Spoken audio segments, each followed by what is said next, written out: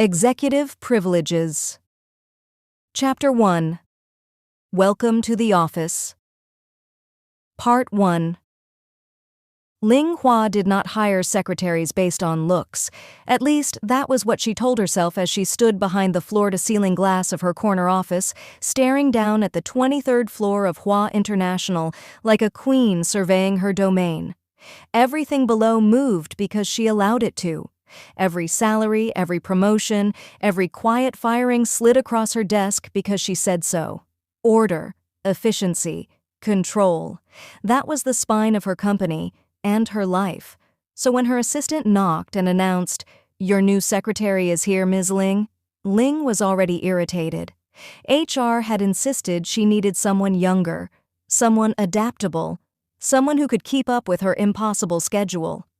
Ling suspected that meant someone cheap and eager. What she did not expect was... The door opened. Ling turned, and then she froze. The girl, no, woman, standing just inside the doorway, looked like a mistake. She was too soft for this place, too pretty, too bright. She wore a simple cream blouse tucked into a modest pencil skirt, hair pulled back into a low ponytail that exposed a long, graceful neck. Her face wasn't aggressively beautiful in the way models were, it was gentler than that. Big eyes, full lips pressed together nervously, hands folded in front of her like she was afraid to touch anything without permission. She looked like she belonged in a university hallway, not the executive floor of one of the most ruthless corporations in the city. Ling's first thought was sharp and uncharitable. She won't last a week. Her second thought, unwelcome and irritating, followed immediately. HR must be blind or very bold. "Ms. Ling," the girl said, bowing her head slightly, "I'm Orm. Thank you for giving me this opportunity." Her voice was soft, not weak, just careful, as if she measured every word before letting it out. Ling's gaze flicked down, clinical and assessing. Slender waist, long legs, the kind of body that would attract attention whether she wanted it or not, the kind of body that caused problems in an office like this. Ling exhaled slowly through her nose. "You're young," she said flatly. Orm straightened. "Yes, ma'am, I'm 20. Too young, Ling thought, too untested. "And your qualifications?" Ling asked, already reaching for the thin folder on her desk. Orm didn't flinch. "Business administration degree, top of my class, internship experience in 2 mid-sized firms, fluent in 3 languages. Ling skimmed the paper anyway. It confirmed what Orm said. And still, something felt off. On paper, she was acceptable. In reality, she looked like temptation wrapped in innocence. Ling closed the folder with a decisive snap. "You were not my first choice," Ling said coolly. "This position requires discretion, long hours, and loyalty. I don't tolerate mistakes." Orm nodded quickly. "I understand. I won't disappoint you." Ling's eyes narrowed slightly. "People always said that." "Good," Ling replied, "because I don't give second chances." She turned back to her desk, already dismissing the girl in her mind. "You'll start immediately. My schedule is synced to your tablet. If you're late, unprepared, or emotional..." "I won't be," Orm said, a little too fast. Ling paused. She looked back. Orm met her gaze directly this time. There was something there, something steady beneath the nerves. Determination, perhaps, or stubbornness. Ling huffed quietly. "We'll see." By noon, Ling was already regretting not listening to her instincts. Orm moved through the office like she belonged there. Not confidently, not yet, but competently. She learned fast, asked the right questions, took notes obsessively, anticipated needs before they were voiced. And she watched Ling, not openly, not in a way that could be called unprofessional. But Ling felt it anyway, the subtle awareness of being observed, like a soft pressure at the base of her spine. It irritated her. It intrigued her. At lunch, Ling stepped out of her office to grab a file from the printer and stopped short. Orm was leaning over a coworker's desk, pointing at a spreadsheet on the screen. The angle of her body pulled her blouse slightly taut across her back. Nothing inappropriate, nothing intentional. Still, Ling's jaw tightened. The co-worker, a junior analyst, laughed at something Orm said. His gaze lingered a second too long. Ling cleared her throat sharply. Orm startled, immediately straightening. "Ms. Ling, I was just—" "Back to your desk," Ling said, tone clipped. The analyst flushed and spun back to his screen. Orm nodded and retreated quickly, cheeks faintly pink. Ling watched her go, irritation simmering beneath her skin. Unnecessary distraction, she told herself. That was all. That afternoon, Ling took a call in her office, the door half open. "I don't want a modern wife," Ling said, voice low, impatient. "I don't need a partner who competes with me. I need someone who understands her role, someone who keeps the home, keeps herself available, and doesn't make things complicated." She pinched the bridge of her nose. "Yes, traditional. Is that such a crime?" Outside, Orm paused mid-step. She hadn't meant to eavesdrop. She'd been carrying files, walking past, when Ling's words reached her, sharp, unapologetic, heavy with conviction. A traditional wife. Orm's heart skipped painfully.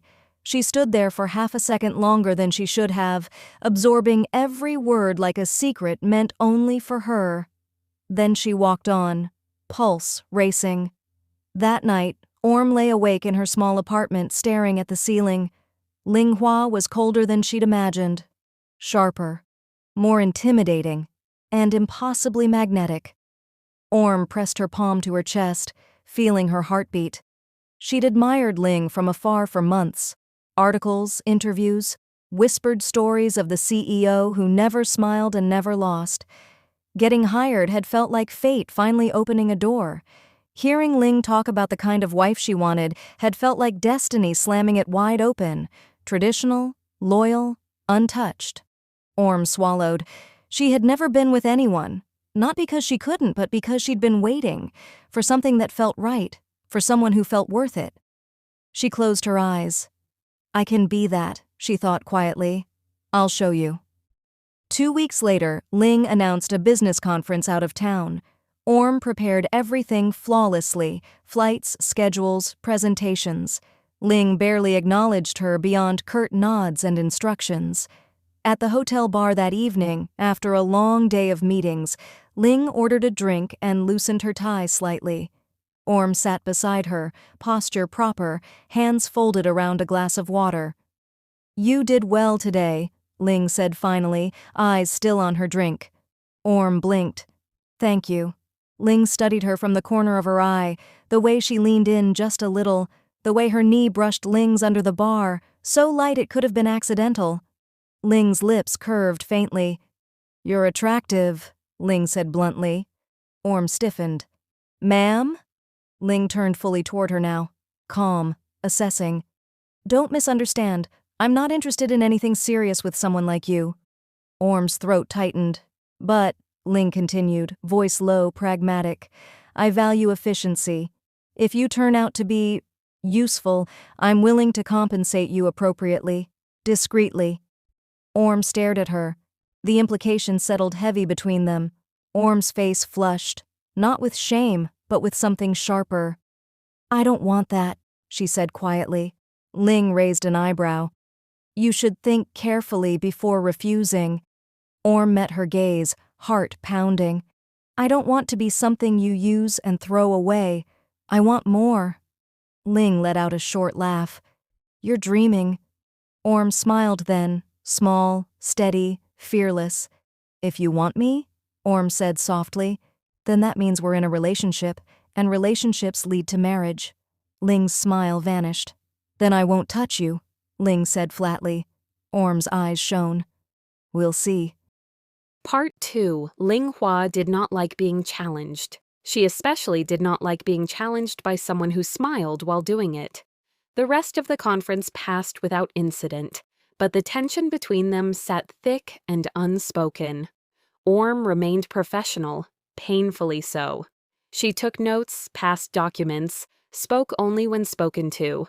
No teasing, no lingering touches. not even the accidental brushes that had been happening before. It should have relieved Ling. Instead, it irritated her. By the time they returned to the hotel room assigned to Ling, her room, which Orm was only supposed to drop files into, Ling's patience was already thin. "Leave the folder on the desk," Ling said, loosening her blazer. Orm did as instructed, then hesitated. "Ms. Ling?" Ling didn't look up. "What?" "You offered me something earlier," Orm said carefully, "and I refused. I just want to be clear. I wasn't offended because you wanted me. I was offended because you didn't think I could be more." Ling's hands stilled. She turned slowly. Orm stood straight, chin lifted, eyes steady despite the tremor in her breath.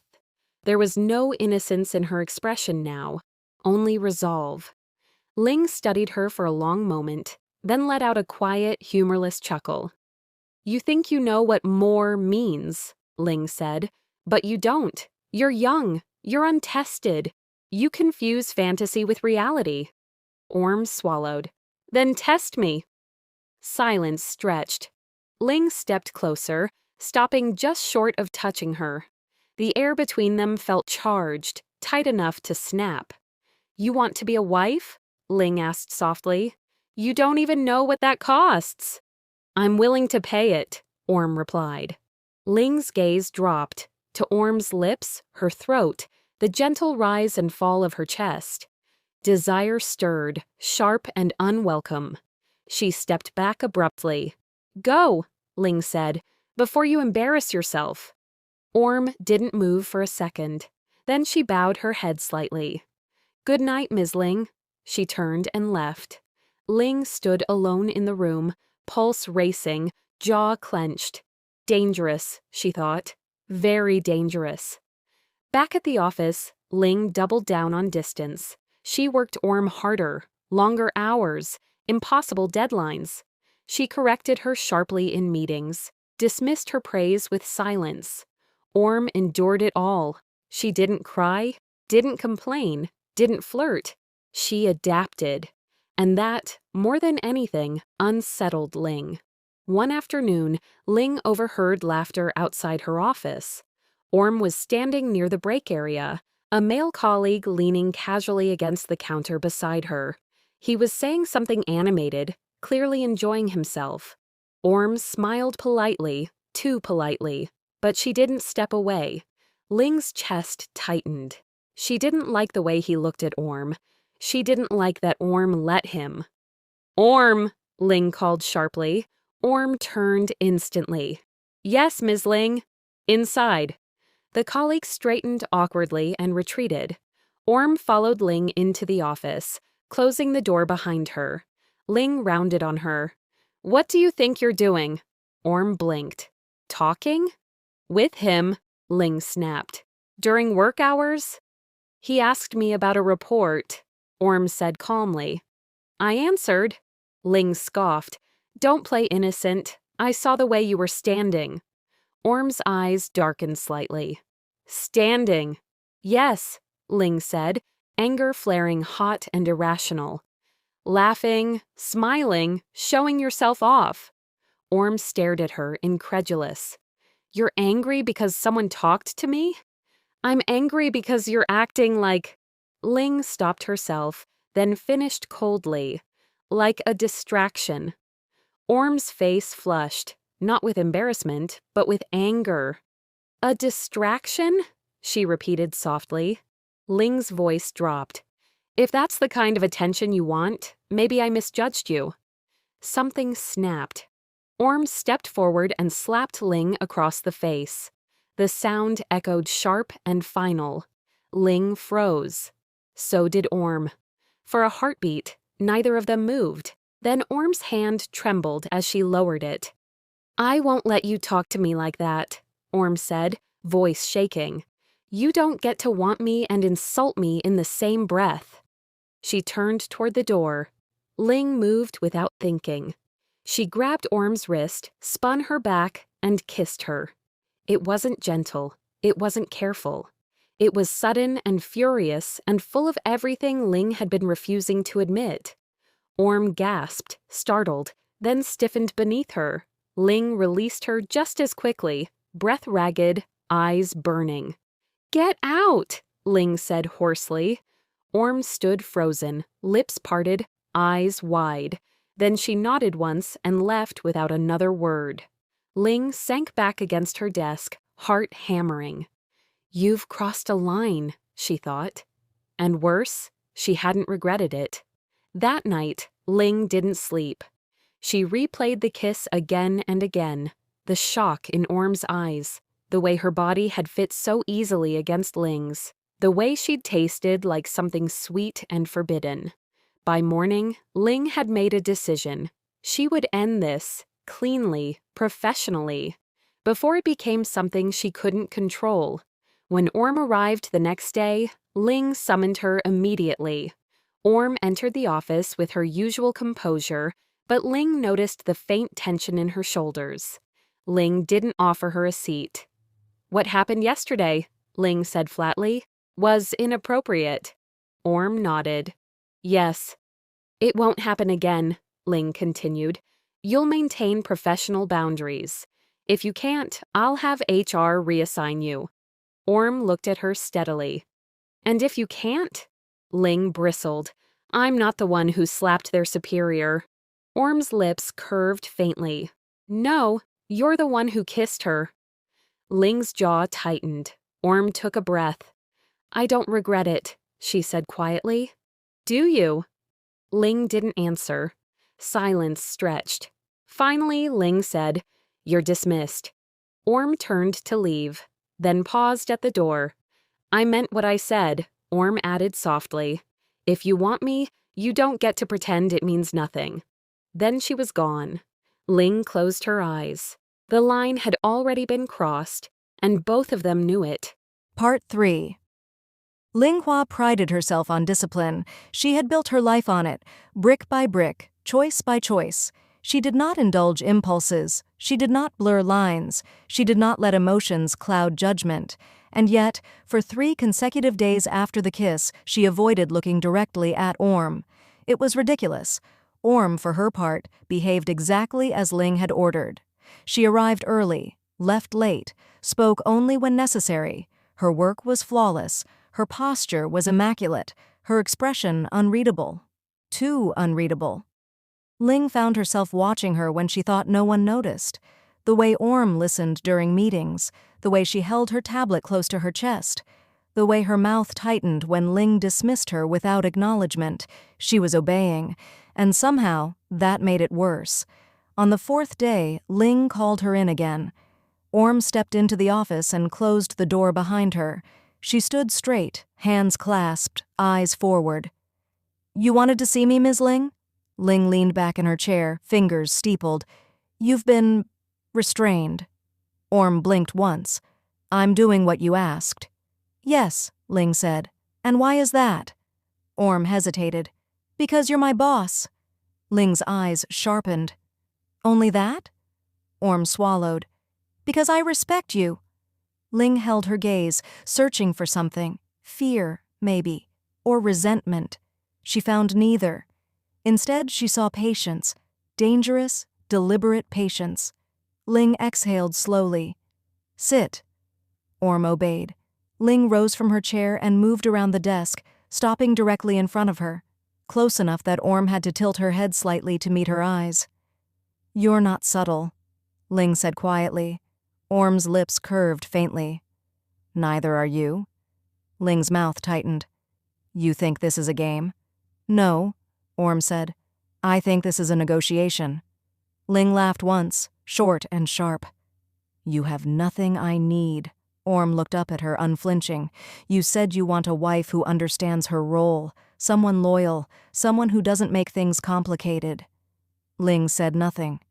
"I can be simple," Orm continued softly. "If that's what you want."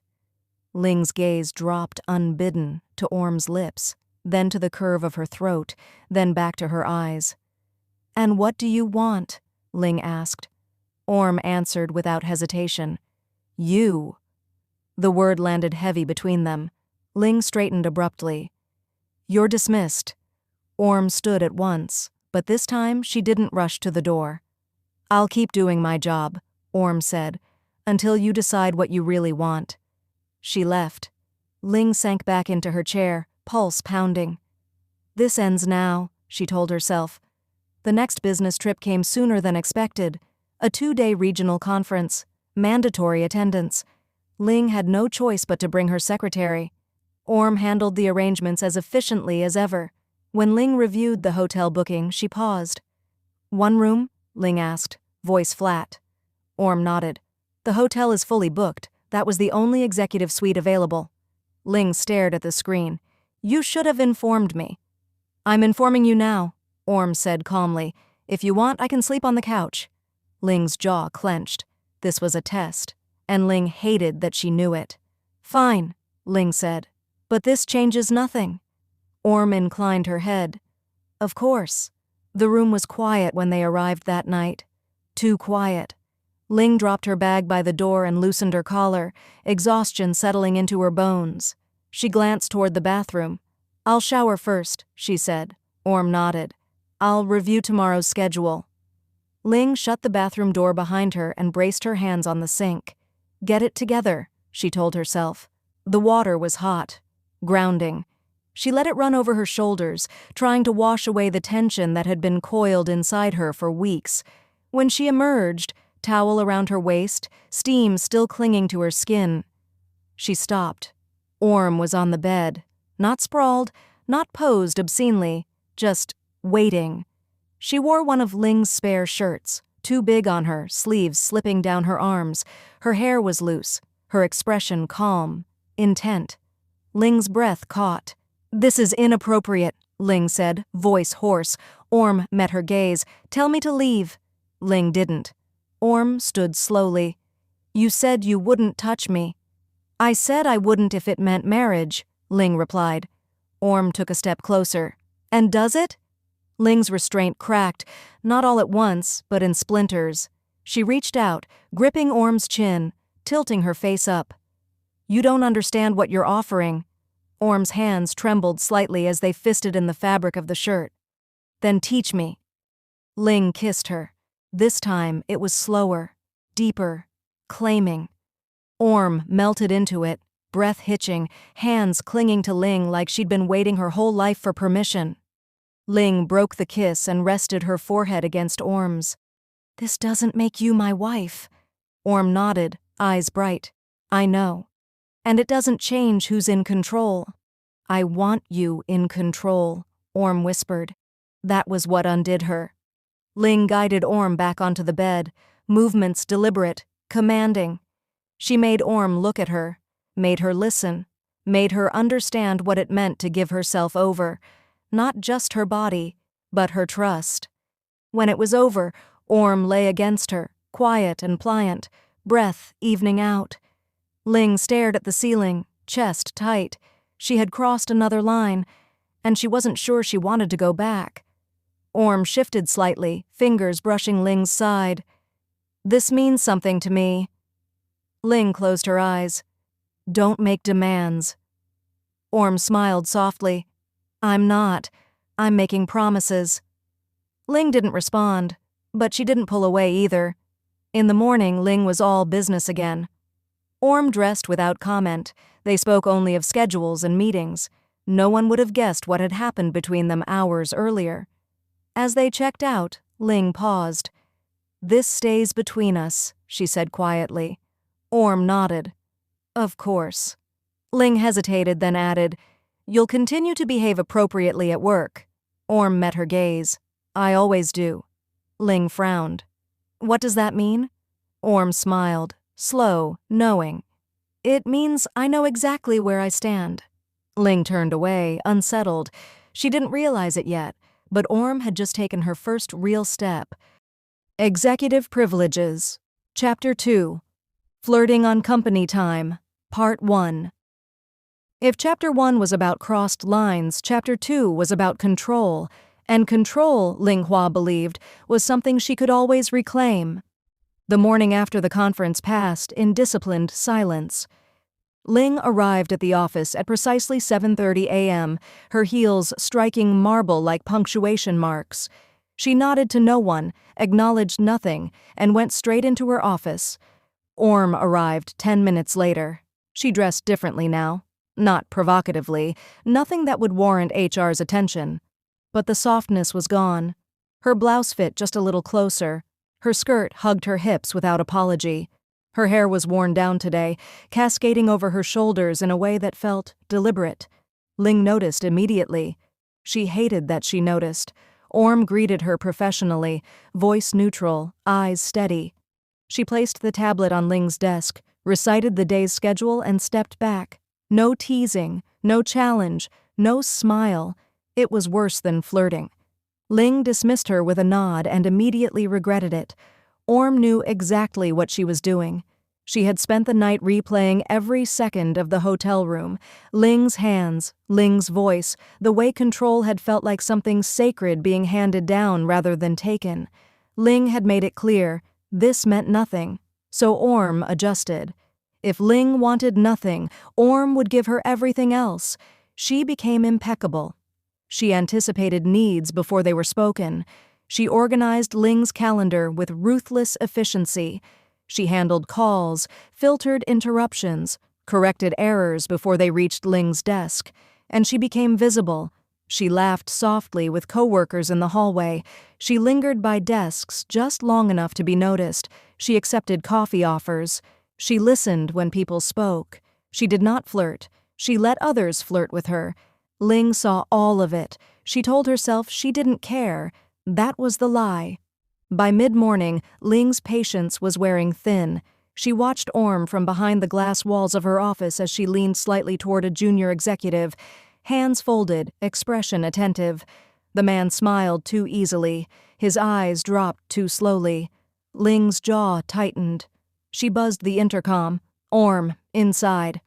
Orm excused herself and entered the office smoothly, closing the door behind her. Yes, Ms. Ling. Ling didn't look up from her screen. You seem to have a lot of free time today. Orm blinked.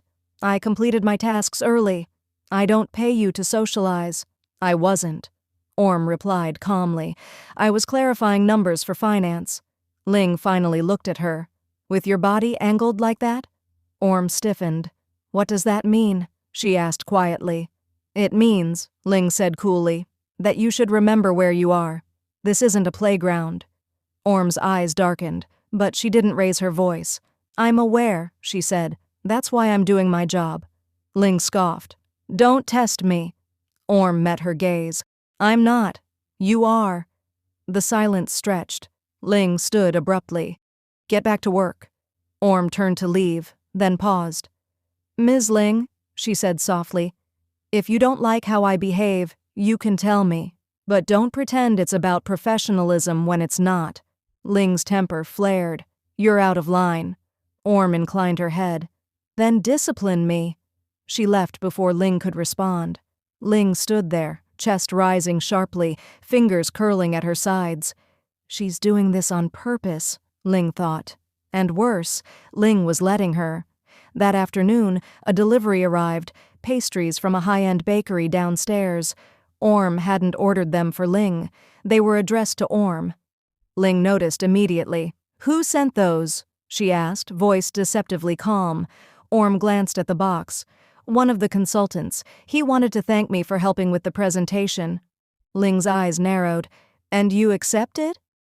Yes, Orm said. Was that wrong? Ling stepped closer. You don't take gifts from people you work with.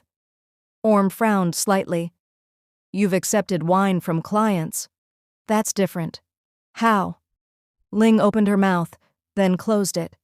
Orm watched her carefully. I didn't think it would matter. Ling's voice dropped. You should think. Orm nodded slowly. Then I'll remember. She turned away. Ling watched her go, irritation coiling tight in her chest. This wasn't supposed to happen. She was the one who dictated terms. She was the one who withheld, who controlled, who decided when and how affection was granted. So why did it feel like Orm was the one setting the pace now? By the end of the week, the office had noticed. People whispered about Ling's new secretary, the way executives lingered when she spoke, the way Ling's mood seemed to shift depending on where Orm was. When a visiting partner stopped by Ling's office unannounced, Orm intercepted him calmly, professionally. "Ms. Ling is unavailable," she said with a polite smile. "Can I help you?" The man grinned. "You can tell her I'll wait." Orm didn't smile back. "You won't." Ling watched the interaction through the glass.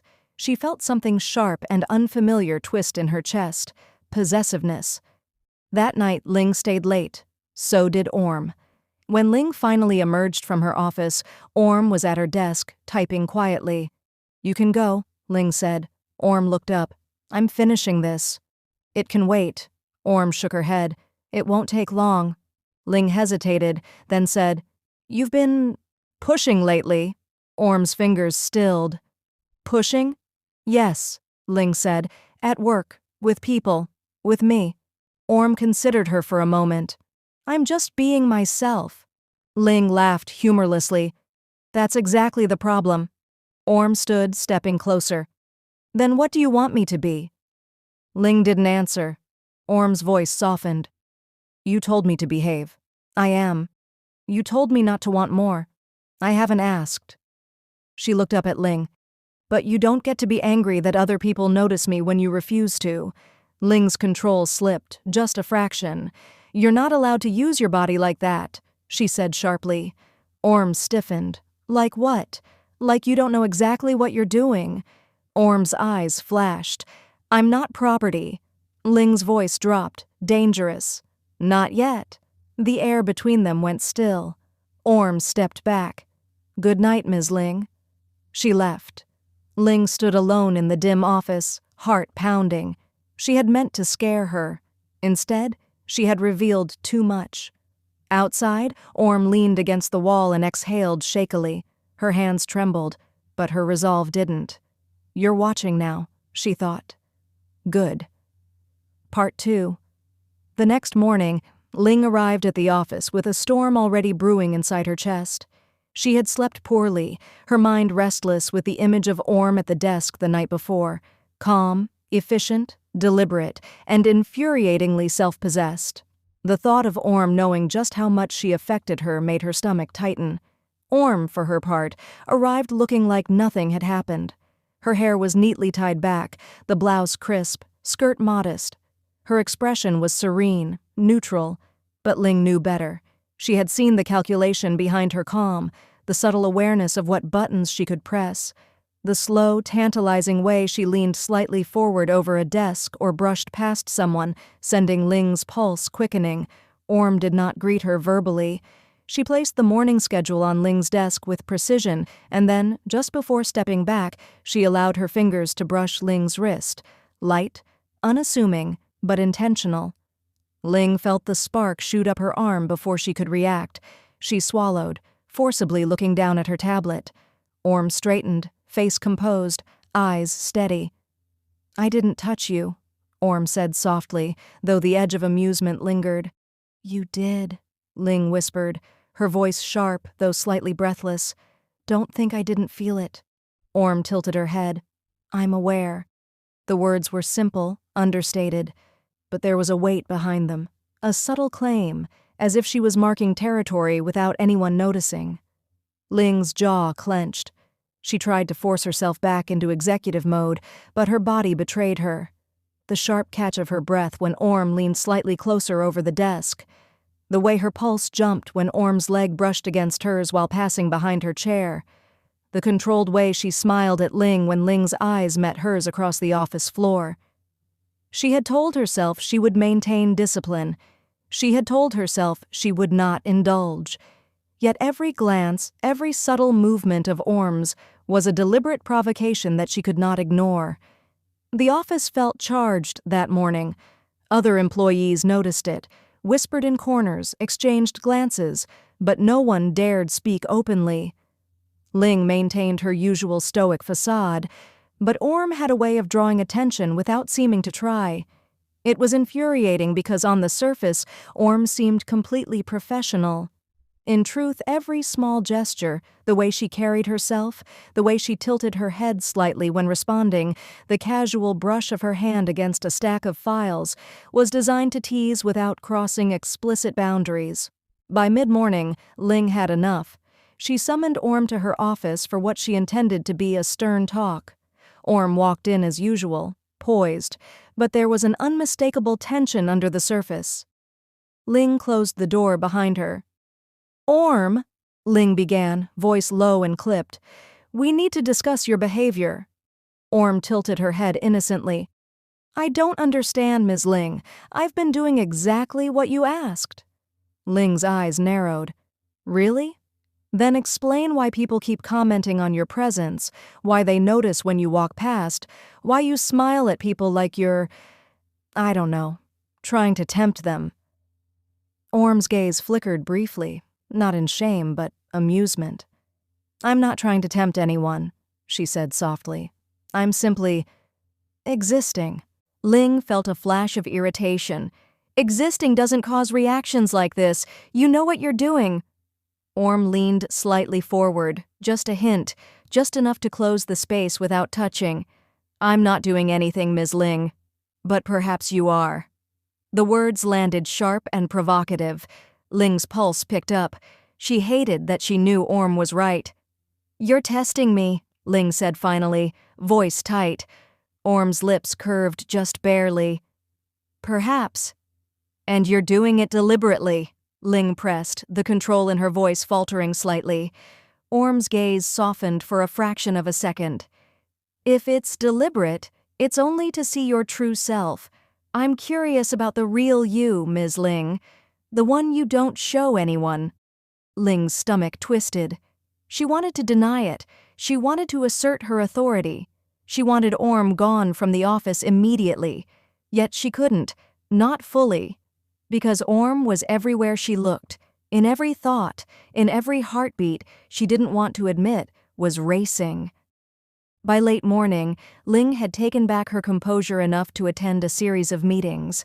Orm trailed closely behind, handling everything from note-taking to coordinating calls.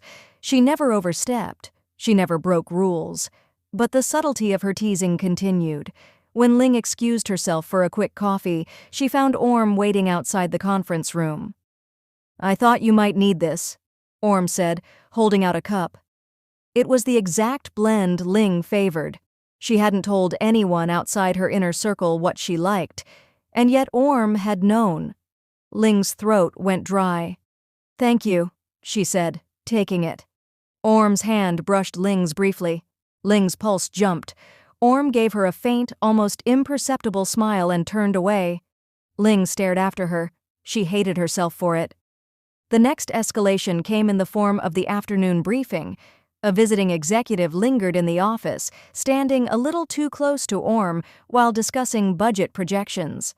Ling noticed instantly Orm's composure was perfect, but the casual way she let him lean slightly, nod in agreement, laugh at a joke, it was subtle, deliberate, calculated. Ling felt a surge of possessiveness.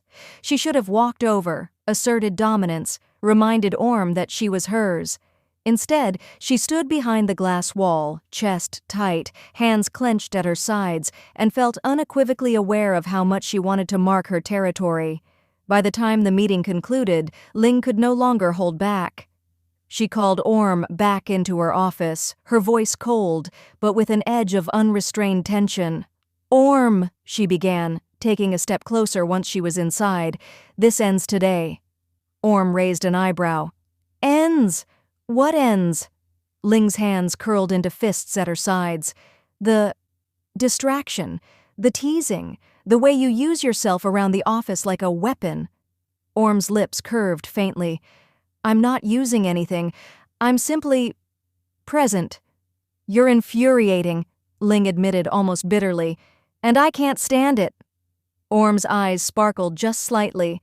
"I could say the same about you, Ms. Ling. You're pretending to be in control, but you're not." The air between them crackled. Ling's body reacted before her mind did. She wanted to assert dominance. She wanted to punish. She wanted to pull Orm close and make her understand exactly who owned what. Instead, she turned abruptly. Go. Finish your work. Orm paused at the door. I'll finish it. But remember, Ms. Ling. Her voice was quiet, teasing, intimate. I'm always paying attention. She left. Ling's chest rose and fell rapidly. She was burning, frustrated, infuriated, captivated. She had told herself she could control this. She had told herself she would enforce boundaries. And yet, Orm had already rewritten the rules. Later that evening, Ling returned to the office to review reports. Orm was still there, meticulously filing documents, her posture perfect, her expression calm. Ling closed the door behind her, and for a moment, they simply stared at each other across the room. You're impossible, Ling muttered. Orm tilted her head. Am I? Ling strode across the room suddenly, each step deliberate, threatening, dominant. You think you can push me and get away with it? Orm's smile was slight but unwavering. I'm not pushing, I'm exploring. You're the one who hasn't stopped me yet. Ling's hand brushed against Orm's as she passed. A spark ignited. She should have recoiled. She should have stopped. But she didn't.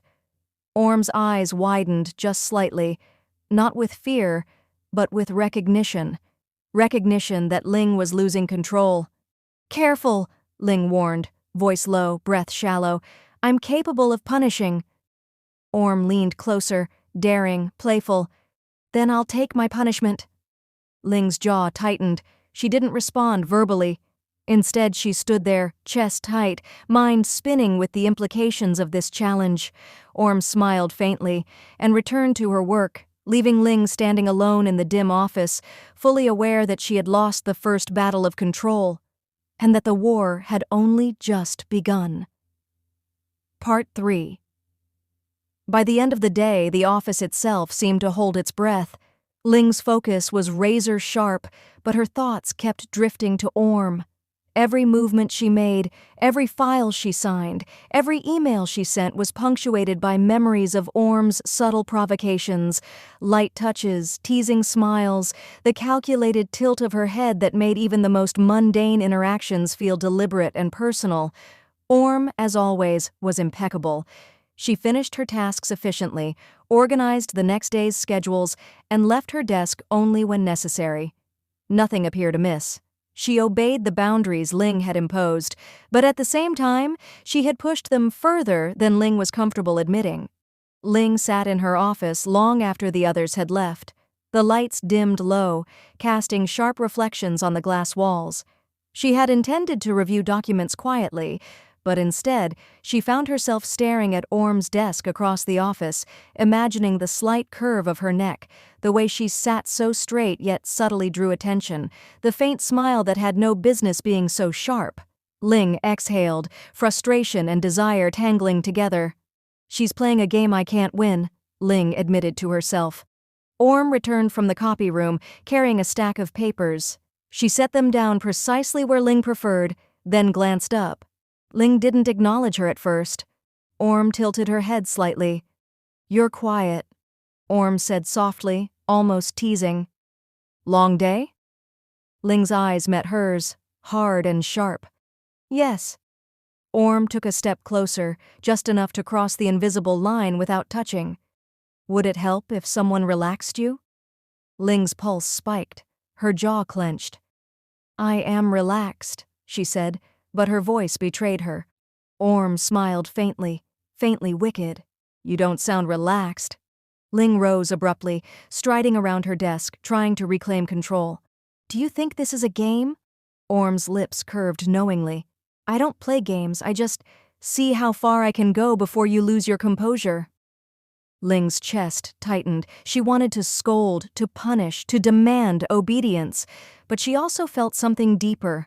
A dangerous, undeniable attraction that she had tried for weeks to suppress, and she hated it. You're infuriating, she admitted, voice low.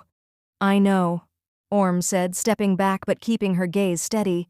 And yet, you can't stop thinking about me.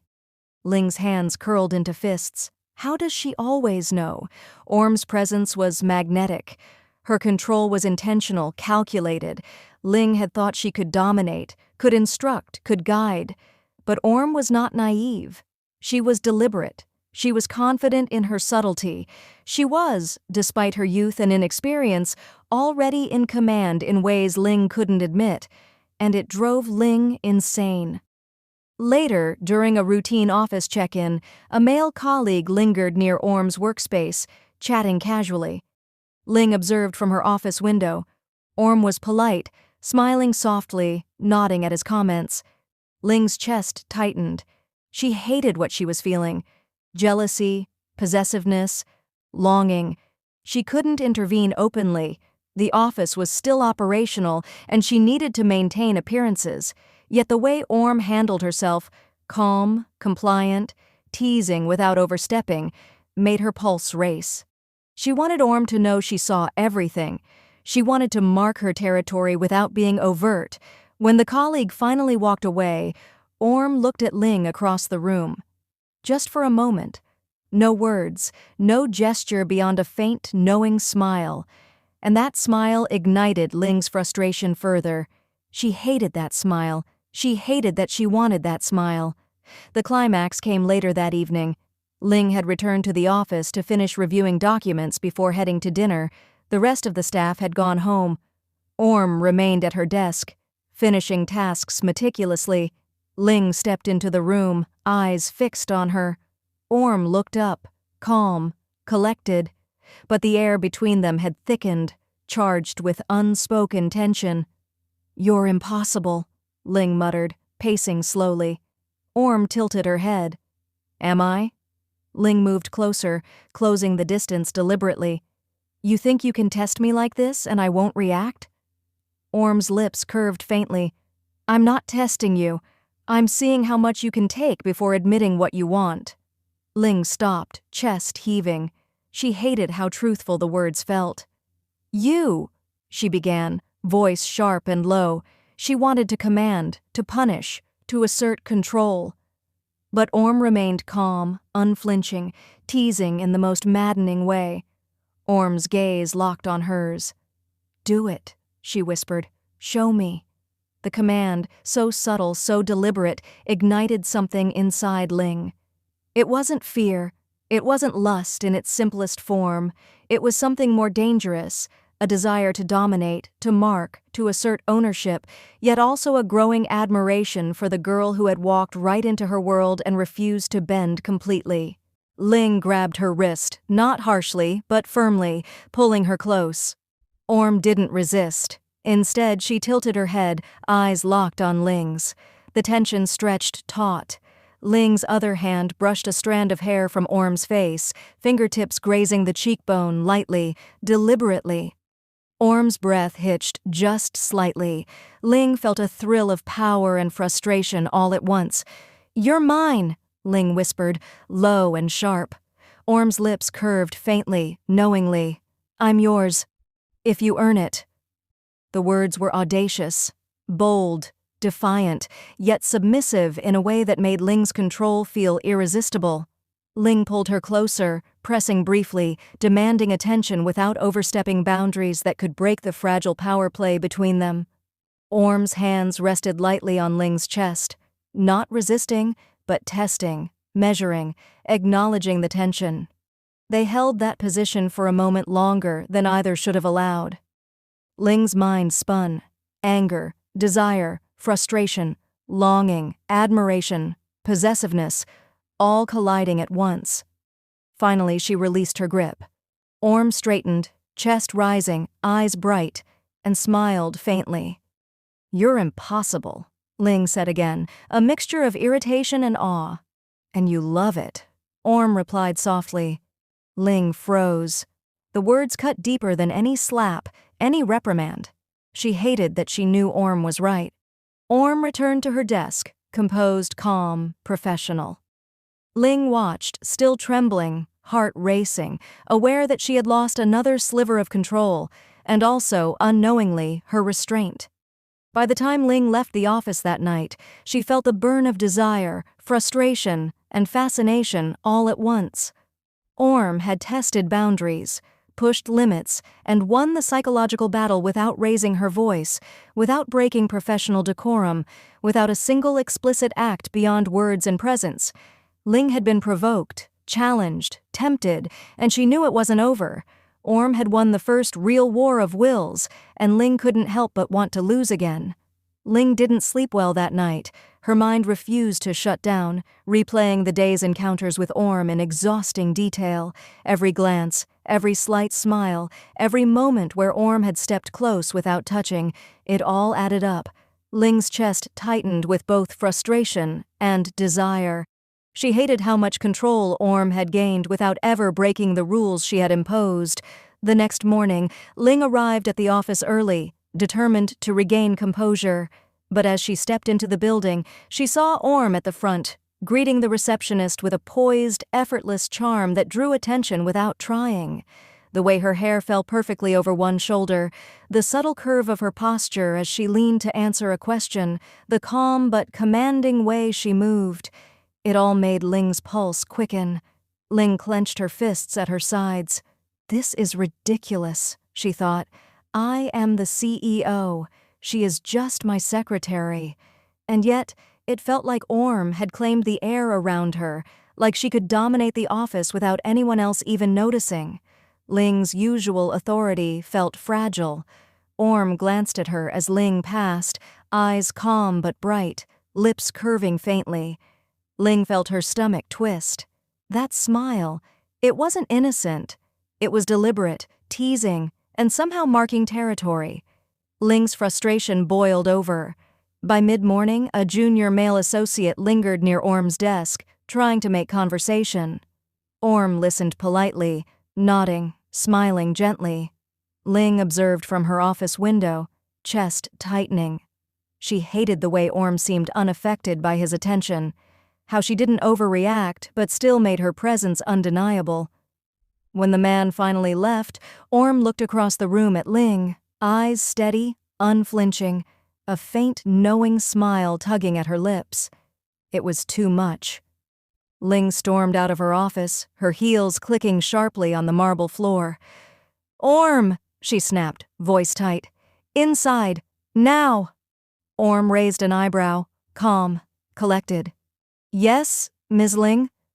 Ling stepped closer, closing the distance deliberately. "Do you understand what you're doing to me?" Orm tilted her head slightly. "Am I doing something, or are you imagining it?" "I am imagining nothing," Ling hissed. "You're impossible. You're infuriating.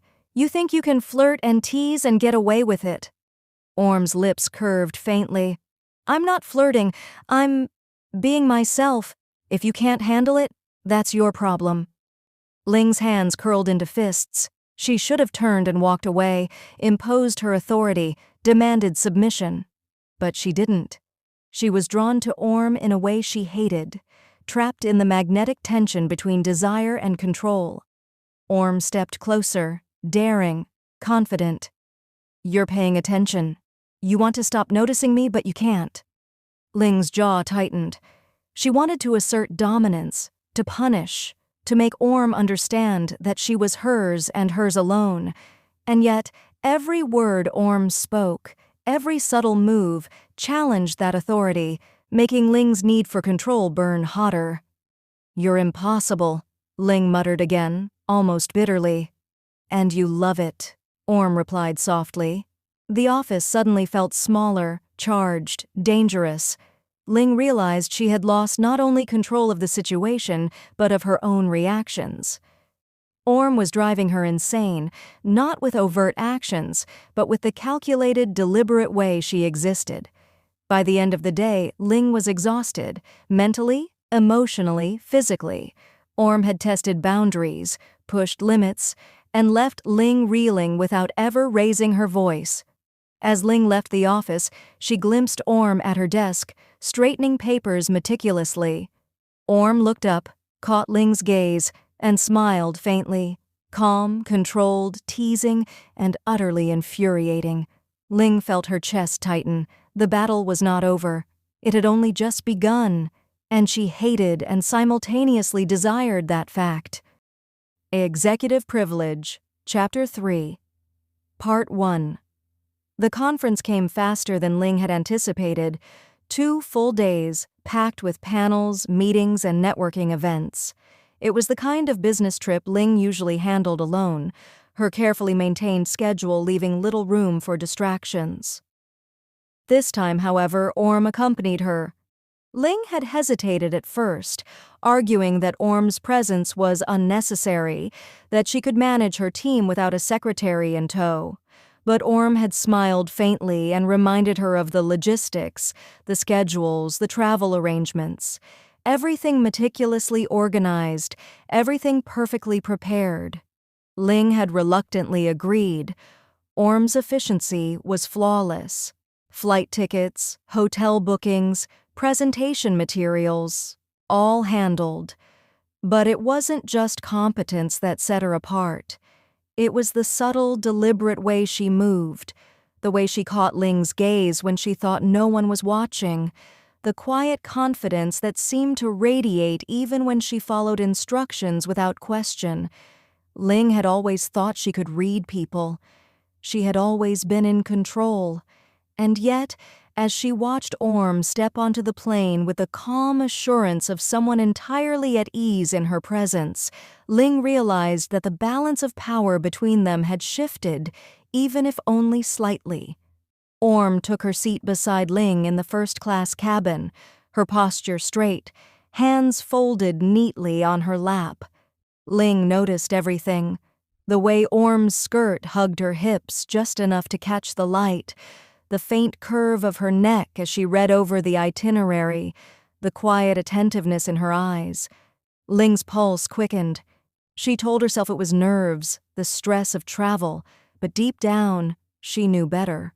Orm was deliberately close. Orm was intentionally attentive. Orm was testing her. And Ling hated that she was already reacting. The first day of the conference passed in a blur of meetings and panels. Orm's presence was both reassuring and irritating. She anticipated questions before they were asked, corrected minor errors before they became issues, and moved through the crowds with a calm grace that made everyone around her seem ordinary in comparison. Ling found herself glancing at Orm more than she should. The way Orm handled herself with the other executives, polite, composed yet undeniably magnetic, made Ling's chest tighten. She hated it. She hated how easily Orm drew attention without trying. She hated how much she noticed. By the time the day's final panel ended, Ling's mind was buzzing, not with business strategy, but with Orm's quiet provocations. The hotel lobby, bustling with people, seemed to shrink around the two of them. Orm walked beside her, calm, collected, every step deliberate. "Would you like to freshen up before dinner?"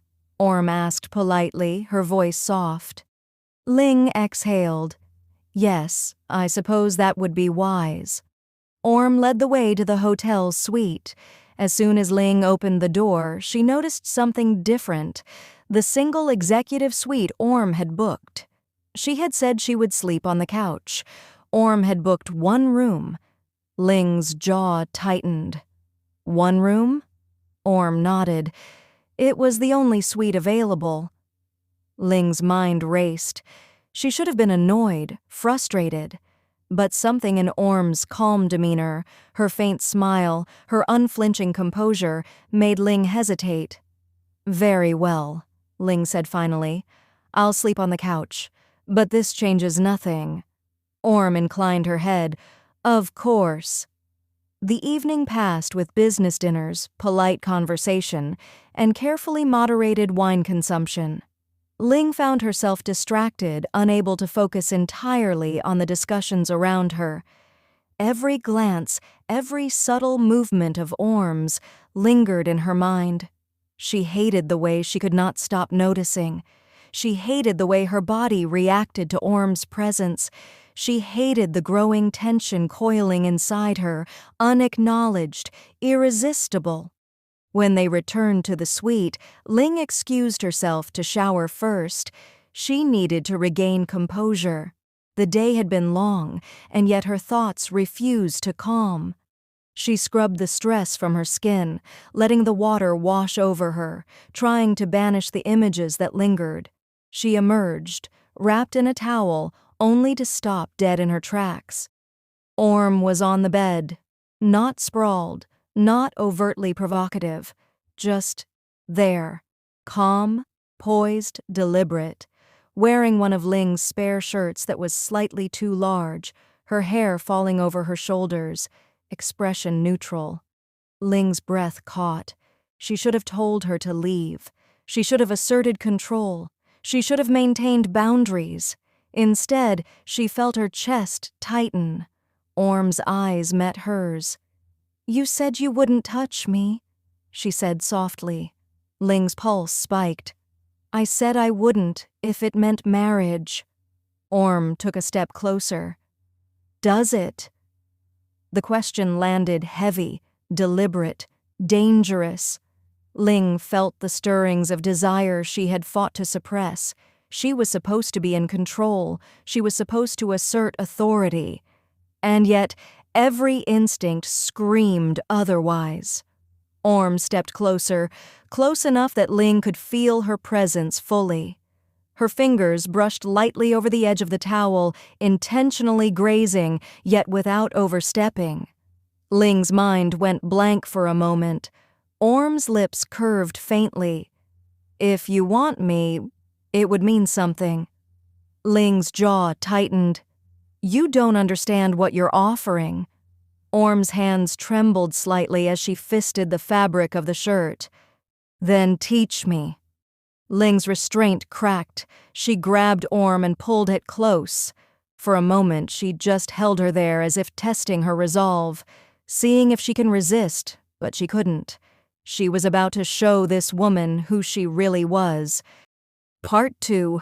Ling's restraint didn't break slowly. It shattered like glass under sudden, unbearable pressure. The second Orm whispered, "Good, because I am too." The final thread of Ling's control snapped with an almost audible crack. Heat surged through her, raw and unstoppable, drowning every rational thought until only hunger remained. All the days of stolen glances, the nights of clenched fists and forced indifference, the constant battle to pretend Orm was nothing more than an efficient secretary, they burned away in an instant. She crossed the room in 2 fierce strides. Her hand shot out, closing around Orm's wrist in a bruising grip, yanking her forward until their bodies collided hard, chest to chest, breath mingling hot and ragged. Orm's soft gasp, startled, needy, only poured fuel on the fire already roaring inside Ling. Ling's free hand twisted into the oversized shirt at Orm's waist, bunching the fabric roughly and yanking it upward to expose the smooth, warm skin of her stomach, the faint tremble of her muscles. The scent of Orm's skin, clean soap laced with the faint musk of arousal, hit Ling like a drug. "You think you can say things like that?" Ling growled against Orm's ear, voice rough as gravel, teeth grazing the shell. "And walk away untouched? You've been teasing me for days. Every look, every brush of your fingers when you handed me papers, every time you leaned in too close on the plane. You're done playing games." Orm's breath hitched sharply. Her pulse fluttered wildly under Ling's fingers, but she didn't resist. Instead, she tilted her head back, offering the elegant column of her throat in silent surrender, eyes dark with anticipation and that same unflinching calm that drove Ling to the edge of madness. Ling spun her around hard and shoved her face first onto the bed. Orm landed on her forearms and knees, the mattress dipping under the impact, but Ling gave her no time to recover. She climbed over her immediately, straddling the backs of Orm's thighs, pinning her down with the full weight of her body. The borrowed shirt had ridden up completely, revealing the graceful arch of Orm's spine, the soft flare of her hips, and the delicate black lace panties clinging to her skin, already visibly damp at the center. Ling brought her palm down sharply on Orm's ass. Once, twice, 3 times, each crack echoing in the quiet sweet, the flesh blooming vivid pink under her hand. Orm cried out, a choked whimper melting into a low, needy moan, her hips twitching upward instinctively, chasing more. You wanted this, Ling rasped, grinding down deliberately, dragging the soaked heat of her own aching sex along the cleft of Orm's ass through the thin lace. The friction was electric, slick, hot, brutal. Every roll of her hips sent sparks racing up Ling's spine. Her clit throbbed relentlessly against the firm curve, pressure building fast and merciless. You've been begging for it with every polite smile, every "yes, Ms. Ling," every time you looked at me like you knew exactly what I wanted to do to you.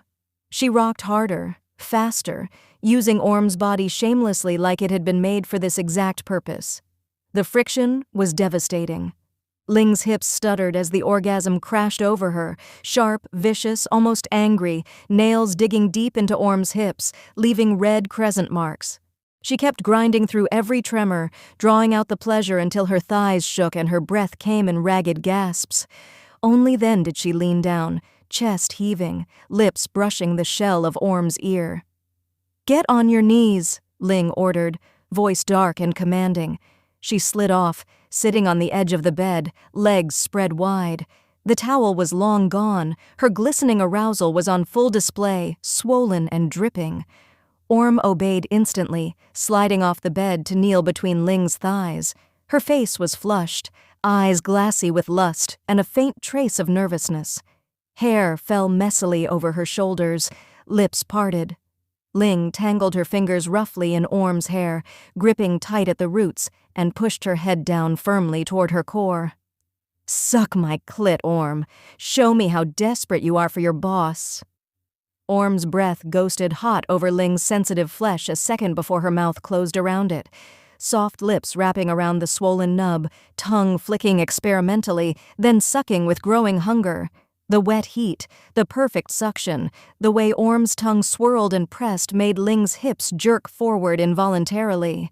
"Fuck, yes, just like that," Ling groaned, pushing Orm's head harder, forcing her face deeper into slick folds. Obscene slurping sounds filled the room, mingling with Ling's low moans. "Look at you, on your knees, sucking your boss's clit like a desperate little slut. Is this what you wanted? To be my whore after playing the perfect secretary all day?" Orm moaned around Ling's clit, the vibration shooting straight through her core, making her thighs clench. Tears of overwhelming sensation pricked at Orm's eyes, but she didn't pull back. She sucked harder, tongue lapping greedily at the slickness coating her chin, hands resting submissively on Ling's thighs. Ling's grip tightened, guiding Orm's rhythm, pushing and pulling her head as she chased a second peek. "Such a filthy slut! Doing this for me, your boss, begging to be used. You love it, don't you? Say it." Orm pulled back just enough to gasp, lips shiny and swollen. "Yes, I love it. Your slut, please."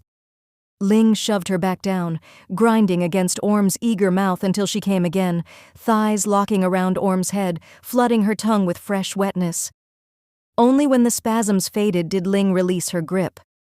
She hooked her fingers into the waistband of Orm's panties and yanked them down roughly, leaving them tangled around one ankle. Then she pressed a firm palm between Orm's shoulder blades, forcing her chest flat to the mattress while gripping her hips and pulling upward, ass high, back arched obscenely, face buried in the sheets, completely exposed and vulnerable. "Stay exactly like that," Ling said, voice husky. "Don't move." Orm trembled but obeyed, legs spread, soaked folds glistening in the low light. Ling dragged 2 fingers through the drenched slit, slow and deliberate, gathering the slickness until they shone. She held them up so Orm could see. "You're dripping for this," Ling said, almost reverent. "All day so composed, so perfect, and underneath you we're just waiting to be split open." Orm whimpered, hips lifting in a helpless plea. Ling pressed the pads of 2 fingers against Orm's entrance, already puffy and sensitive, and pushed in steadily, watching Orm's face the entire time. The moment the first knuckle breached her, Orm's breath hitched into a sharp, trembling gasp. Her walls fluttered, tight and hot, gripping instinctively. Ling felt every tiny ripple, every involuntary clench as she sank deeper, inch by slow inch, until both fingers were buried to the last knuckle. Orm's mouth fell open on a silent cry. Her back arched off the mattress, hands scrabbling at the sheets. So tight, Ling murmured. So fucking perfect. She curled her fingers upward, searching, pressing against the front wall until she found that slightly rougher patch. When she dragged the pads over it, Orm's entire body jolted, hips bucking, a broken sob tearing from her throat. There it is, Ling said darkly. She pressed harder, rubbing slow, firm circles over that swollen spot while keeping her fingers deep. Orm's thighs began to shake uncontrollably. Ling, oh God, right there, please. Ling didn't speed up yet. She wanted Orm to feel every millimeter of the stretch, every deliberate drag. She twisted her wrist slowly, letting her knuckles graze the sensitive inner walls on every withdrawal, then plunged back in with a wet, obscene sound that made Orm's cheeks burn. You hear that? Ling growled. That's how wet you are for me. Your body's begging louder than your mouth. Orm could only nod frantically, tears slipping sideways into her hair. Her hips rolled in tiny, desperate circles, trying to take more. Ling withdrew almost completely, letting Orm feel the sudden emptiness, then pressed 3 fingertips together against the already stretched entrance and pushed, slow, relentless, watching Orm's expression fracture with every fraction of progress. Orm's eyes widened, a high, keening whine escaped her. It's too much. Ling, I can't. You can, Ling said, voice firm but low. You will. Breathe. She kept the pressure steady. The tight ring resisted for a long heartbeat, then slowly, beautifully, yielded. The 3rd finger slipped past the resistance with a slick pop and sank deep alongside the others. Orm's whole body seized. A raw, shuddering cry ripped out of her. Her walls clamped down so hard Ling could barely move for a second. Fuck, Ling hissed, feeling the violent flutter. Look at you taking 3 from me, such a good little slut. She began to thrust. Slow at first, long deep strokes that let Orm feel every ridge of her knuckles, every stretch, every slide. The wet squelch was loud now, unmistakable, filling the room alongside Orm's gasping sobs. Ling angled her hand, curling all 3 fingers upward on every inward thrust so the pads dragged ruthlessly over that swollen front wall. Each time she hit it, Orm's hips jerked violently upward, thighs trembling, voice breaking into wordless cries. Tell me how it feels, Ling demanded, picking up speed. Her forearm flexed with every powerful pump. Tell me exactly what my fingers are doing to you. Orm's head thrashed side to side. Tears streamed freely. So full, so deep, stretching me, burning so good. Can't think, your fingers, fuck, hitting it every time. Please, don't stop, please. Ling drove harder, faster. Her wrist snapped with each thrust now, 3 fingers plunging in and out in a steady, punishing rhythm. She twisted on every withdrawal, scissored slightly on every push, stretching Orm wider, claiming deeper. Orm's cries turned frantic. Her walls started to pulse rhythmically, fluttering wildly around Ling's fingers. Ling, I'm gonna, oh God. Come, Ling ordered, curling hard and grinding the heel of her palm against Orm's clit at the same time. Come all over my fingers. Show me how much you love being fucked open by your boss. Orm shattered.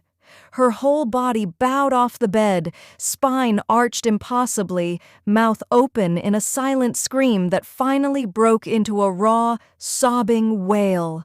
Her walls clamped down like a vice, spasming violently around Ling's 3 fingers, gushing fresh wetness that coated Ling's hand, her wrist, the sheets beneath them.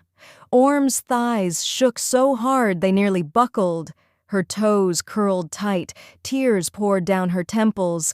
Ling kept thrusting through it, slower now, deep and steady, milking every contraction, drawing the orgasm out until Orm was whimpering, oversensitive, trembling uncontrollably. Only when the last violent flutter faded did Ling ease her fingers out. Slowly, letting Orm feel every inch of the withdrawal. Orm whimpered at the emptiness, hips twitching in aftershocks. Ling brought her soaked hand to Orm's lips. Clean them, she said softly, but with steel underneath.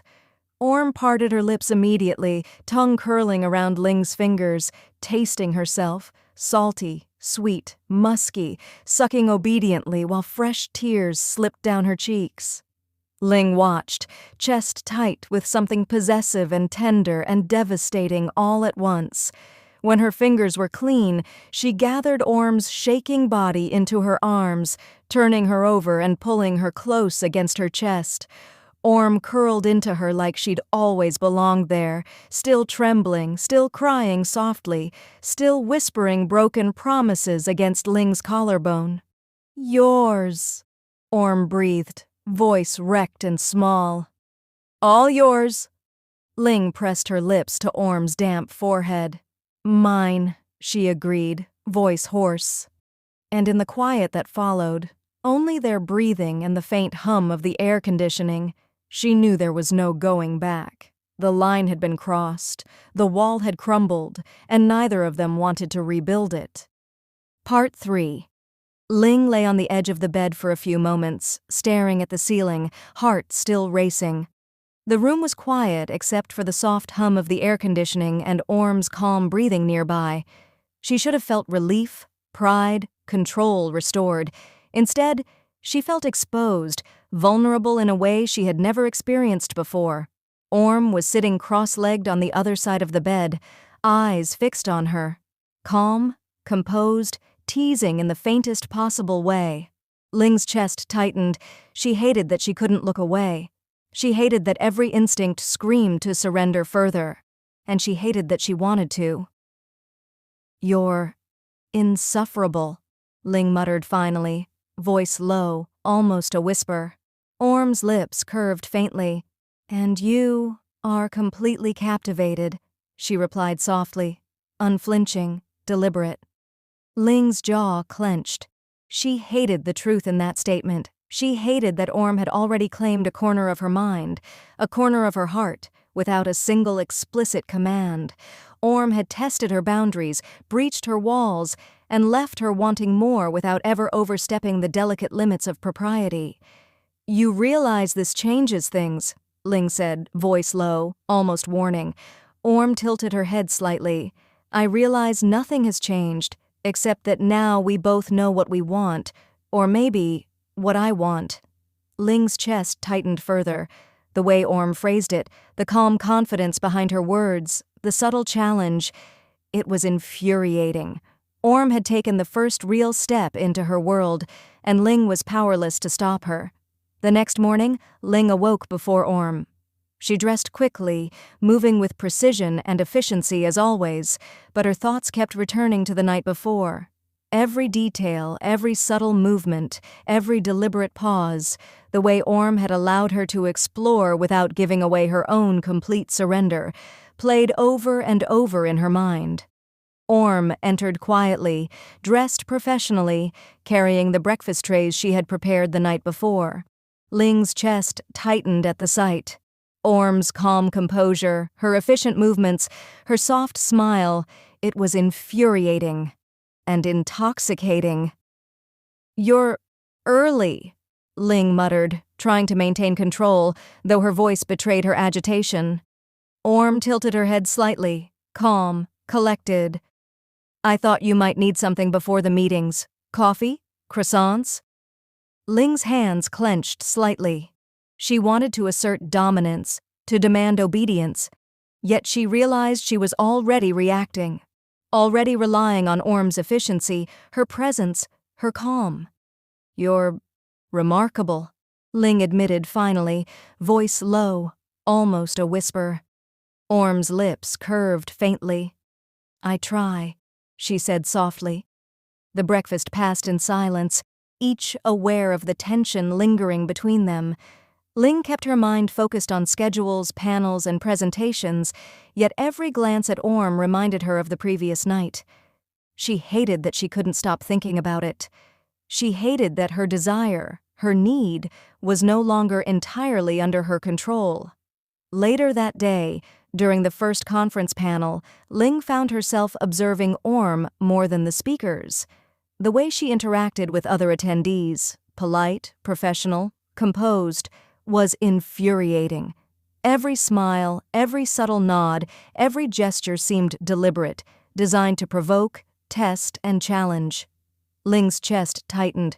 She hated the way her body reacted, the way her mind spun with jealousy and desire, all while knowing Orm had not actually crossed any boundaries.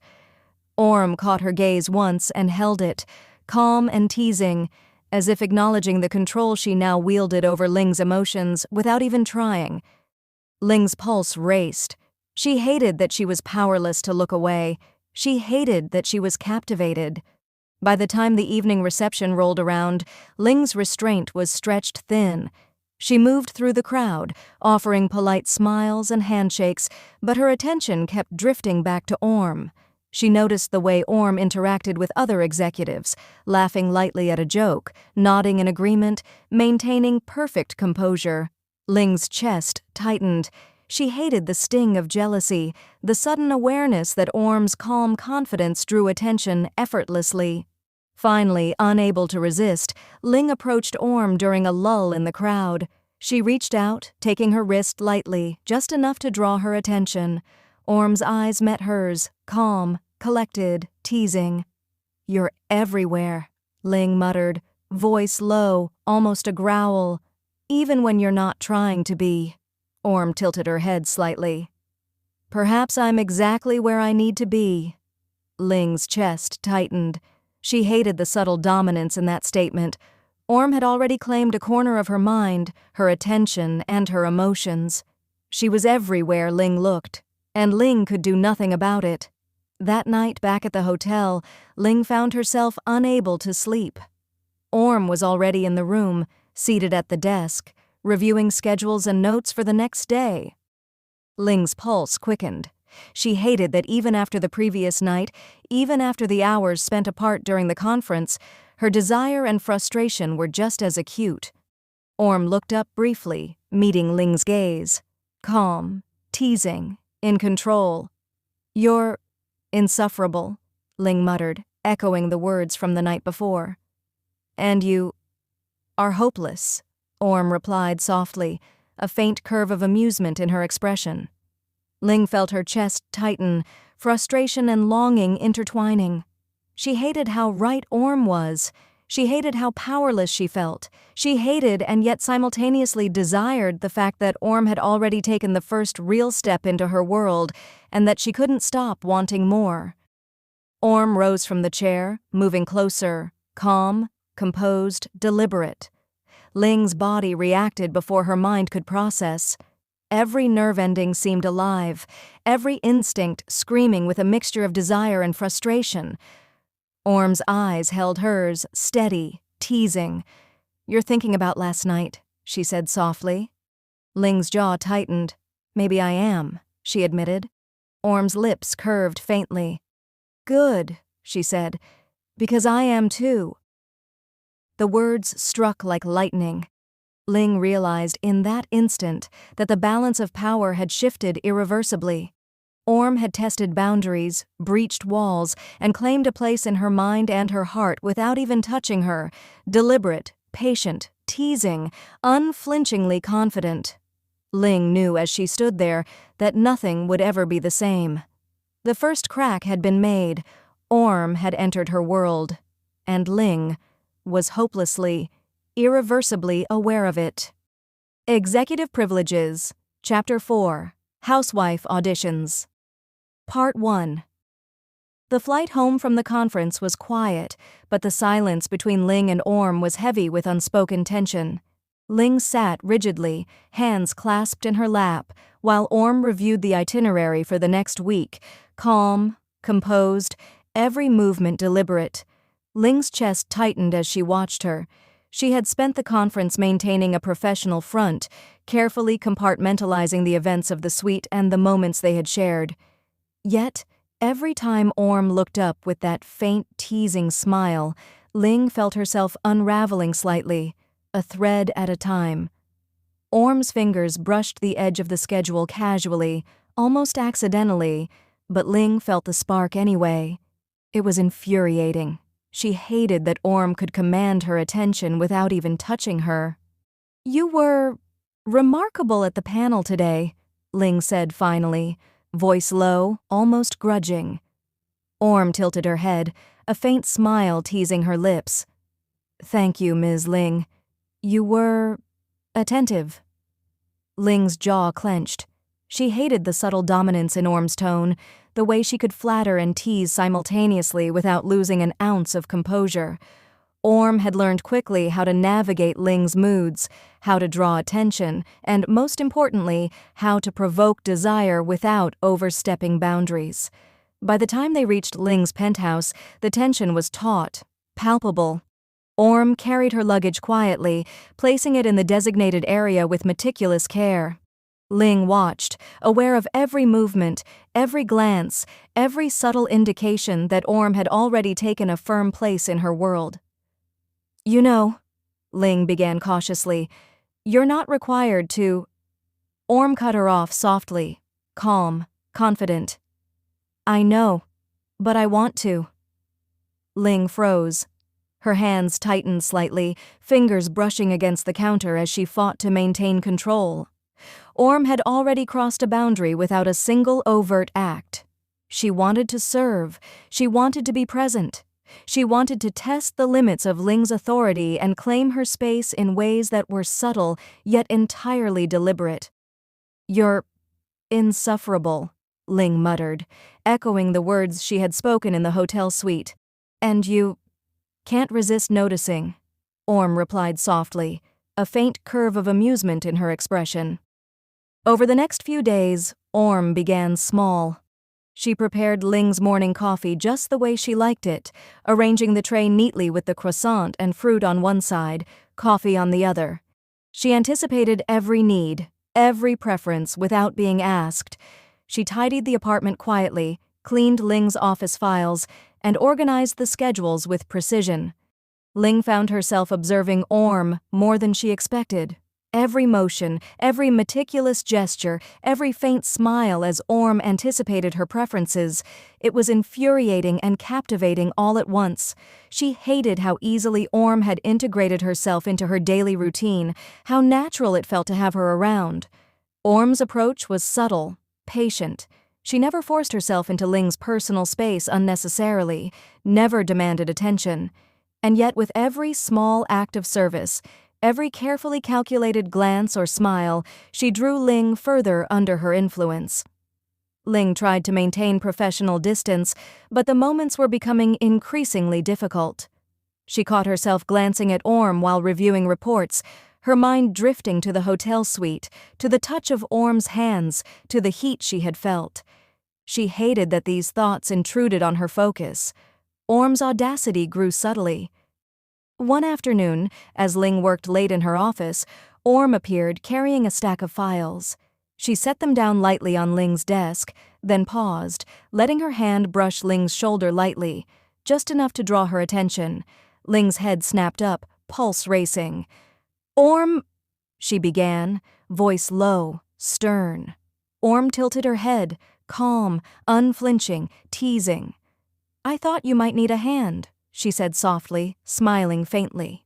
Ling's chest tightened. She hated the calm confidence in Orm's tone, hated the subtle provocations that drew her in. She wanted to assert control, to command, to punish. Yet Orm's deliberate patience left her unsure, caught between irritation and desire. Orm lingered briefly, brushing a strand of hair from Ling's face as if testing boundaries, then stepped back, composed, calm, confident. Ling's hands clenched, heart racing. She hated how powerless she felt, and yet, she hated the thought of not feeling it. Later, in the evening, Ling returned home to find Orm preparing dinner. The aroma of herbs and spices filled the apartment, the table set meticulously, candles lit, everything arranged with precision and care. Orm glanced up as Ling entered. "Welcome home," Orm said softly, smiling faintly. Ling's chest tightened. She hated the quiet authority in that greeting, hated the calm, deliberate control Orm had begun to assert in her space. She wanted to assert dominance, but she found herself silently admiring the way Orm had seamlessly integrated herself into her life. You didn't have to, Ling began. Orm cut her off softly. I want to. Consider it a demonstration. Ling's brow furrowed slightly. A demonstration of what? Orm's lips curved faintly. Of how I can be helpful, she said softly. Of how I can serve without overstepping. Ling's pulse raced. The subtle teasing, the deliberate confidence, the quiet assertion of influence. It was maddening. She hated how easily Orm had integrated herself into her world, how calm and composed she remained even while testing boundaries. And yet, beneath the irritation, beneath the growing frustration, Ling felt an undeniable pull. She hated that she wanted it, that she was captivated, that Orm had already claimed her attention, her focus, and a small corner of her desire without a single overt act of domination. Part 2. The next morning, Orm arrived at Ling's office earlier than usual. She had prepared Ling's schedule, arranged all files neatly on the desk, and even brewed her coffee just the way she liked it. Hot, with a faint hint of cream, no sugar. Ling found herself noticing every detail, every careful gesture, every slight smile Orm offered drew her attention, tugging at the corners of her control. Good morning, Orm said softly, placing the coffee cup in front of Ling with a delicate flourish. I've organized the reports for your review. I also sorted the files from last week by priority. Ling's chest tightened. She hated the precise calm in Orm's voice, the way she moved with confidence and efficiency without seeming to exert any force. And yet, beneath the irritation, she couldn't help but admire it. You didn't have to do this, Ling muttered, trying to sound professional, trying to reclaim some control. Orm tilted her head slightly, faint smile teasing. I want to. Consider it part of my training, she said softly. For the role you suggested? Ling's jaw clenched. Training? The word struck a nerve. She hated that Orm was taking her words seriously, that she had already begun to act in ways she hadn't fully approved. And yet, as she sipped her coffee, she had to admit the efficiency, the thoughtfulness, the subtle care. It was intoxicating. Orm's subtlety became more daring as the week progressed. After office hours, she would linger, helping Ling sort through documents, tidying files, or organizing appointments. Sometimes she would brush Ling's shoulder lightly as she passed, or place a hand on the edge of the desk near hers, a subtle reminder of her presence. Ling noticed it all, every brush of skin, every faint scent of her perfume, every careful, deliberate smile. One afternoon, a junior executive made a light-hearted comment as he passed by Ling's office. Orm glanced up, smiled faintly, and engaged briefly, her response polite, calm, but undeniably charming. Ling felt her chest tighten, irritation and jealousy intertwining. She hated the calm authority in Orm's demeanor, hated the effortless way she drew attention, and yet she couldn't stop noticing. Orm returned to her tasks as if nothing had happened. Ling felt a rush of desire she hadn't expected. She hated that she was reacting, that she was caught in Orm's subtle game, that she wanted more despite herself. That evening, Orm arrived at Ling's apartment carrying the ingredients for dinner. She had prepared a full menu, a light salad, a perfectly seasoned main course, and a small dessert. Ling watched as Orm moved around the kitchen with practiced efficiency, every motion graceful, deliberate, calm. You really didn't have to go to all this trouble, Ling muttered, leaning against the counter. Orm tilted her head slightly, a faint, teasing smile tugging at her lips. I wanted to. You said a traditional wife should take care of you. Consider it a demonstration of my commitment to the role. Ling's pulse raced. The calm confidence, the teasing tone, the deliberate assumption of her duties. It was maddening. She hated the quiet assertion of control, hated the way Orm had integrated herself into her life, and yet she found herself drawn to it, captivated by it, powerless to resist the magnetic pull. Orm glanced at her, eyes steady, calm, teasing. Would you like me to serve dinner or join me? Ling's chest tightened. She hated that her mind immediately considered both options. She hated the way Orm's calm presence made her pulse race. She hated the subtle control Orm wielded without ever demanding it. Sit, Ling muttered finally, voice low, trying to maintain authority. Orm's lips curved faintly. Of course. She served Ling with care, every gesture deliberate, every motion precise, each one designed to highlight both her competence and the subtle intimacy of the act. After dinner, Orm began cleaning the kitchen while Ling reviewed reports at the table. Her movements were quiet, graceful, deliberate. She paused occasionally, brushing Ling's shoulder as she reached for a dish, leaning slightly closer than necessary to pass a utensil. Ling felt her chest tighten with every small contact. She hated the subtle provocations, the teasing, the deliberate assertion of Orm's presence in her personal space. And yet, she found herself wanting it more than she wanted to admit. Orm glanced over her shoulder, eyes meeting Ling's. Calm, confident, teasing. Ling's pulse raced. She hated the power Orm already wielded over her, the way she could dominate without force, tease without words, and claim attention without asking. "Ms. Ling," Orm said softly, "may I bring your slippers?" She held them out politely, the faintest curve of a smile tugging at her lips. Ling exhaled sharply, hating how much the simple act made her heart race. "Yes," she said, voice low, almost a growl. Orm knelt briefly, placing the slippers neatly at Ling's feet. Her hand brushed Ling's ankle lightly, a calculated contact, a subtle assertion of presence. Ling's jaw clenched. She hated the warmth it brought, the shiver it elicited, the reminder of last night, the memory of every previous touch, every brush of skin, every deliberate glance. Orm straightened, calm, collected, smiling faintly. "Is there anything else you would like me to prepare or attend to?" Ling's chest tightened. She hated the calm efficiency, the deliberate patience, the teasing authority in Orm's tone. She hated the way she felt drawn to answer, to request, to submit, even slightly. "I think that will be all for now," Ling said finally, trying to reclaim some sense of control. Orm inclined her head, calm, composed, poised. "Of course, Ms. Ling. I'm always here if you need me."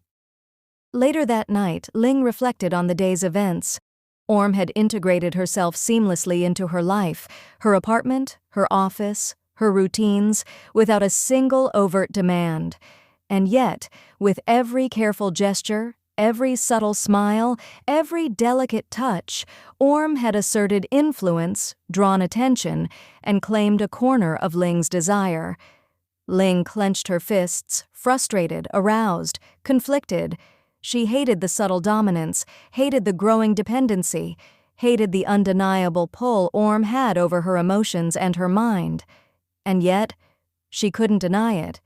She hated it and simultaneously wanted it more than she wanted to admit. Orm's Housewife auditions were not overtly sexual, but they were provocations, subtle tests of boundaries, carefully calculated steps to assert influence. Ling realized, with a thrill that scared her, that she had already lost a small fraction of control, and she hated and simultaneously loved that fact. Part 3. The following morning, Ling returned to her office with a restless energy she couldn't shake. The conference, the suite, Orm's subtle, deliberate presence, all of it lingered like an echo she couldn't ignore. She tried to focus on reports, emails, and meetings, but her mind kept drifting back to Orm's careful touch, the way her hands had grazed her shoulder the night before, the subtle dominance in her calm, confident gaze.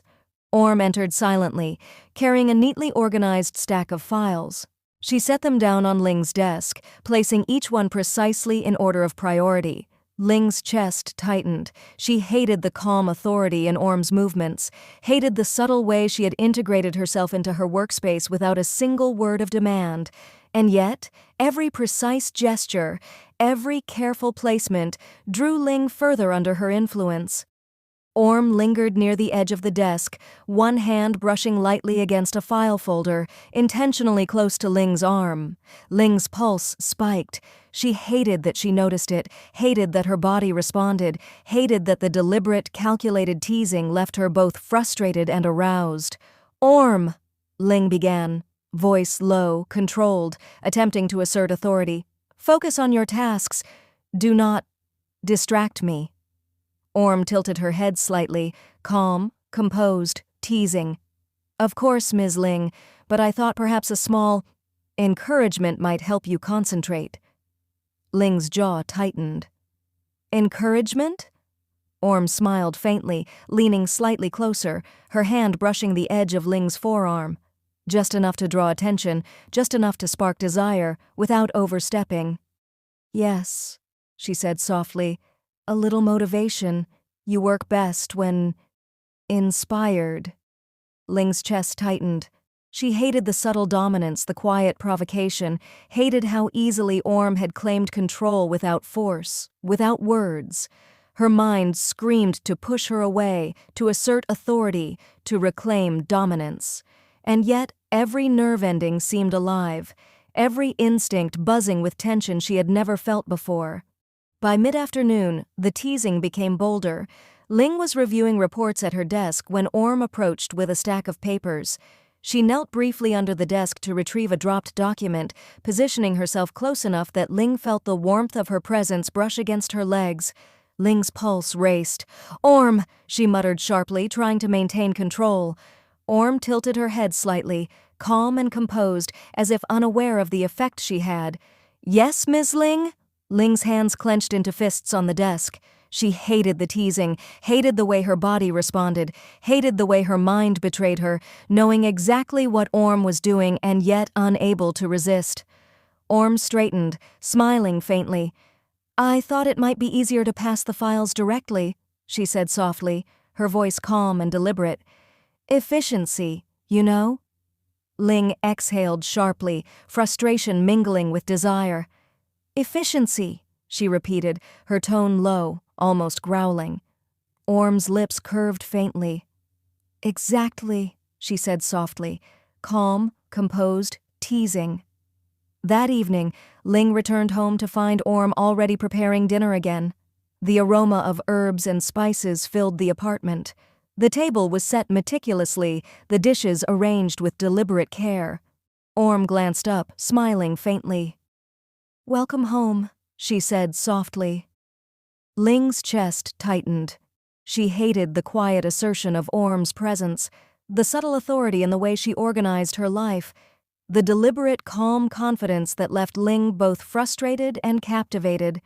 She hated the way she wanted it, the way she was drawn in, powerless to resist. Orm moved gracefully, arranging the plates, subtly brushing Ling's arm as she passed. Ling's pulse raced. She hated the teasing, the calculated intimacy, the deliberate intrusion into her personal space, and yet, every gesture made her heart pound, every glance made her shiver, every subtle touch ignited desire she hadn't anticipated. "Orm," Ling said finally, voice low, controlled. "Enough teasing. Sit. Eat." Orm inclined her head, calm, composed. "Of course," she said softly, sliding into the chair across from Ling. After dinner, Orm began tidying the kitchen quietly. Ling returned to the living room with her laptop, attempting to focus on emails, but her mind kept drifting. She noticed the way Orm moved, the deliberate grace in every gesture, the calm confidence that left Ling's chest tight. She hated the way she was captivated, frustrated, and aroused all at once. Orm approached, kneeling briefly to retrieve a dropped utensil, positioning herself close to Ling's feet. Ling's pulse spiked. She hated the teasing, hated the calculated intimacy, hated how easily Orm had claimed a corner of her attention. Orm straightened, calm, composed, smiling faintly. "I thought you might want a little comfort," she said softly, brushing a stray hair from Ling's hand as she passed. Ling's chest tightened. She hated the calm dominance, the subtle provocations, the deliberate, teasing presence. She hated that she was reacting, that every instinct betrayed her, that Orm had already begun asserting control without overt force. And yet, she wanted it. She wanted it more than she would admit. Finally, Ling could no longer restrain herself. She pushed back, not with words alone, but with action. She grabbed Orm lightly by the wrist, pulling her gently closer, voice low, firm. "Orm," she said, almost growling, "you're pushing too far. Don't think I won't punish you." Orm tilted her head slightly, eyes steady, lips curved faintly. "And what form would that punishment take?" she asked softly, calm, teasing. Ling's chest tightened. She hated the challenge in Orm's voice, hated the subtle provocation, hated the way her mind and body betrayed her. And yet, she felt a thrill at the idea, a spark of desire that ignited attention she couldn't ignore. Orm leaned slightly closer, voice soft, deliberate. "I hope it's thorough." Ling exhaled sharply, pulse racing. She hated and simultaneously desired the way Orm had already claimed control without a single overt act of domination. She realized with a mixture of frustration and longing that Orm had passed the first real test of her Housewife auditions. She had asserted influence, provoked desire, and left Ling powerless to resist, all without crossing a single explicit boundary. Part 4. Ling's chest tightened as she watched Orm approach, calm, deliberate, carrying the dishes to the sink. Every movement was precise, controlled, yet teasing in the faintest way. Ling's hands clenched slightly. She hated the subtle dominance in Orm's confidence, hated the way her body reacted to each calculated motion, hated that she wanted it. "Orm," Ling said, voice low, controlled, trying to regain some authority. "Come here." Orm tilted her head, a faint smile tugging at her lips. Calm, collected, teasing, exactly as always. "Yes, Ms. Ling?" Ling's chest tightened further. She hated how easy it was for Orm to command attention without demanding it, how she had already claimed a small corner of Ling's focus and desire. And yet she felt the undeniable pull, the thrill, the tension, the slow burn of desire that had been simmering all week. "Enough teasing," Ling said finally, stepping closer. "You've been pushing boundaries for days. You need to learn what happens when rules are broken." Orm's lips curved faintly. "And what does that entail?" she asked softly, calm, deliberate. Ling's pulse raced. She hated the challenge in Orm's voice, the subtle provocation, the quiet assertion of control, and yet it thrilled her. Every instinct in her body screamed with a mixture of frustration and anticipation. "You'll see," Ling said finally, voice low, almost growling, stepping closer. Orm followed without hesitation, calm, poised, confident. She allowed Ling to guide her gently to the couch. Ling's hands rested lightly on Orm's shoulders, the faintest pressure, enough to assert authority without force. Orm leaned slightly into the contact, a subtle invitation, teasing, testing, compliant yet deliberately challenging. Ling's mind raced. She hated the thrill, hated the desire, hated the undeniable tension that crackled between them, and yet she couldn't stop herself. She needed to assert control, to deliver the first real consequence for Orm's audacity. With a measured hand, Ling guided Orm forward, positioning her over her lap. Orm's eyes flicked up to meet hers, calm, steady, teasing. Ling's pulse raced.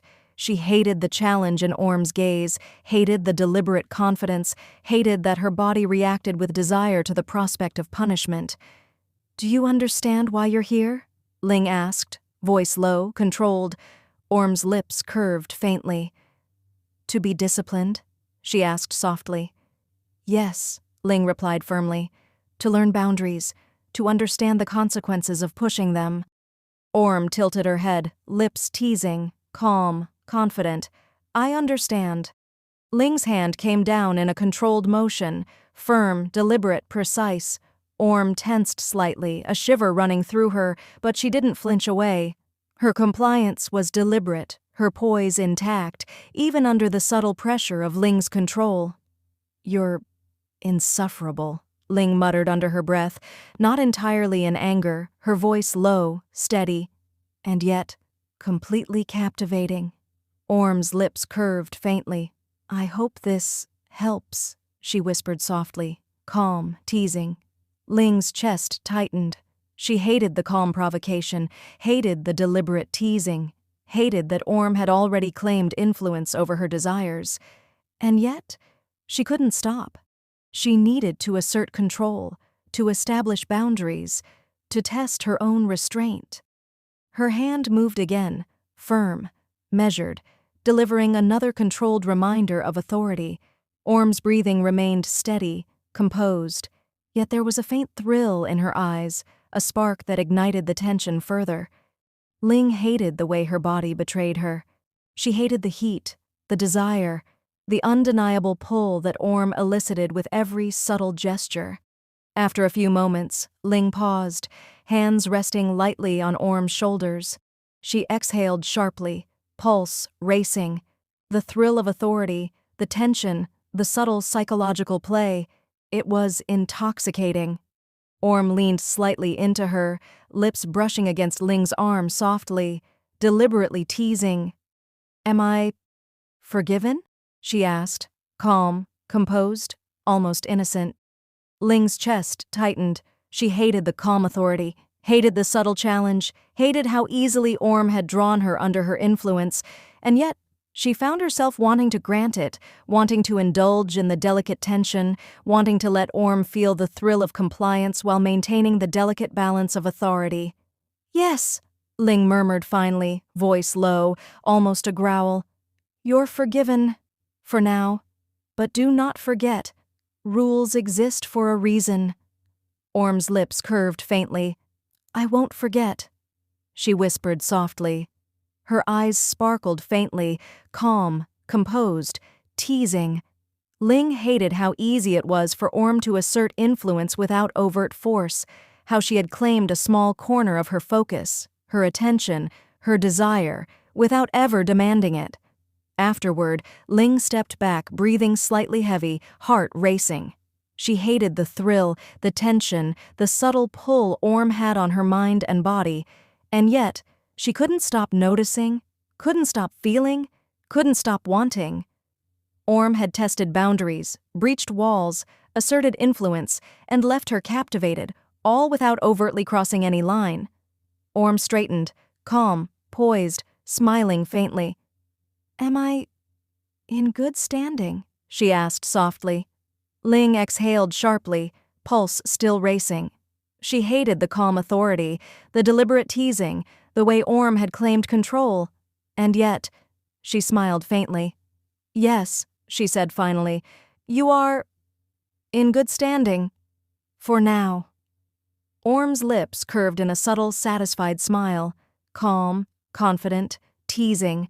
Ling hated and simultaneously loved the quiet assertion of influence, the subtle power play, the way Orm had already claimed a corner of her desire without overt force.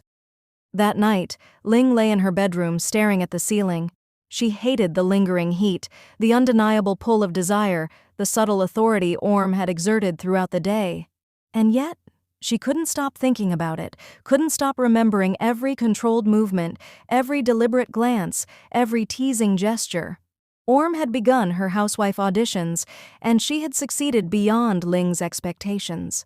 Subtle, calm, deliberate, teasing, and confident, Orm had asserted influence, provoked desire, and claimed a space in Ling's life without ever demanding it. Ling hated the thrill, the tension, the undeniable pull, and yet she wanted it more than she would admit. Orm had passed the first real test. Ling knew the next step would only escalate the tension further, push boundaries further, and test the limits of her restraint.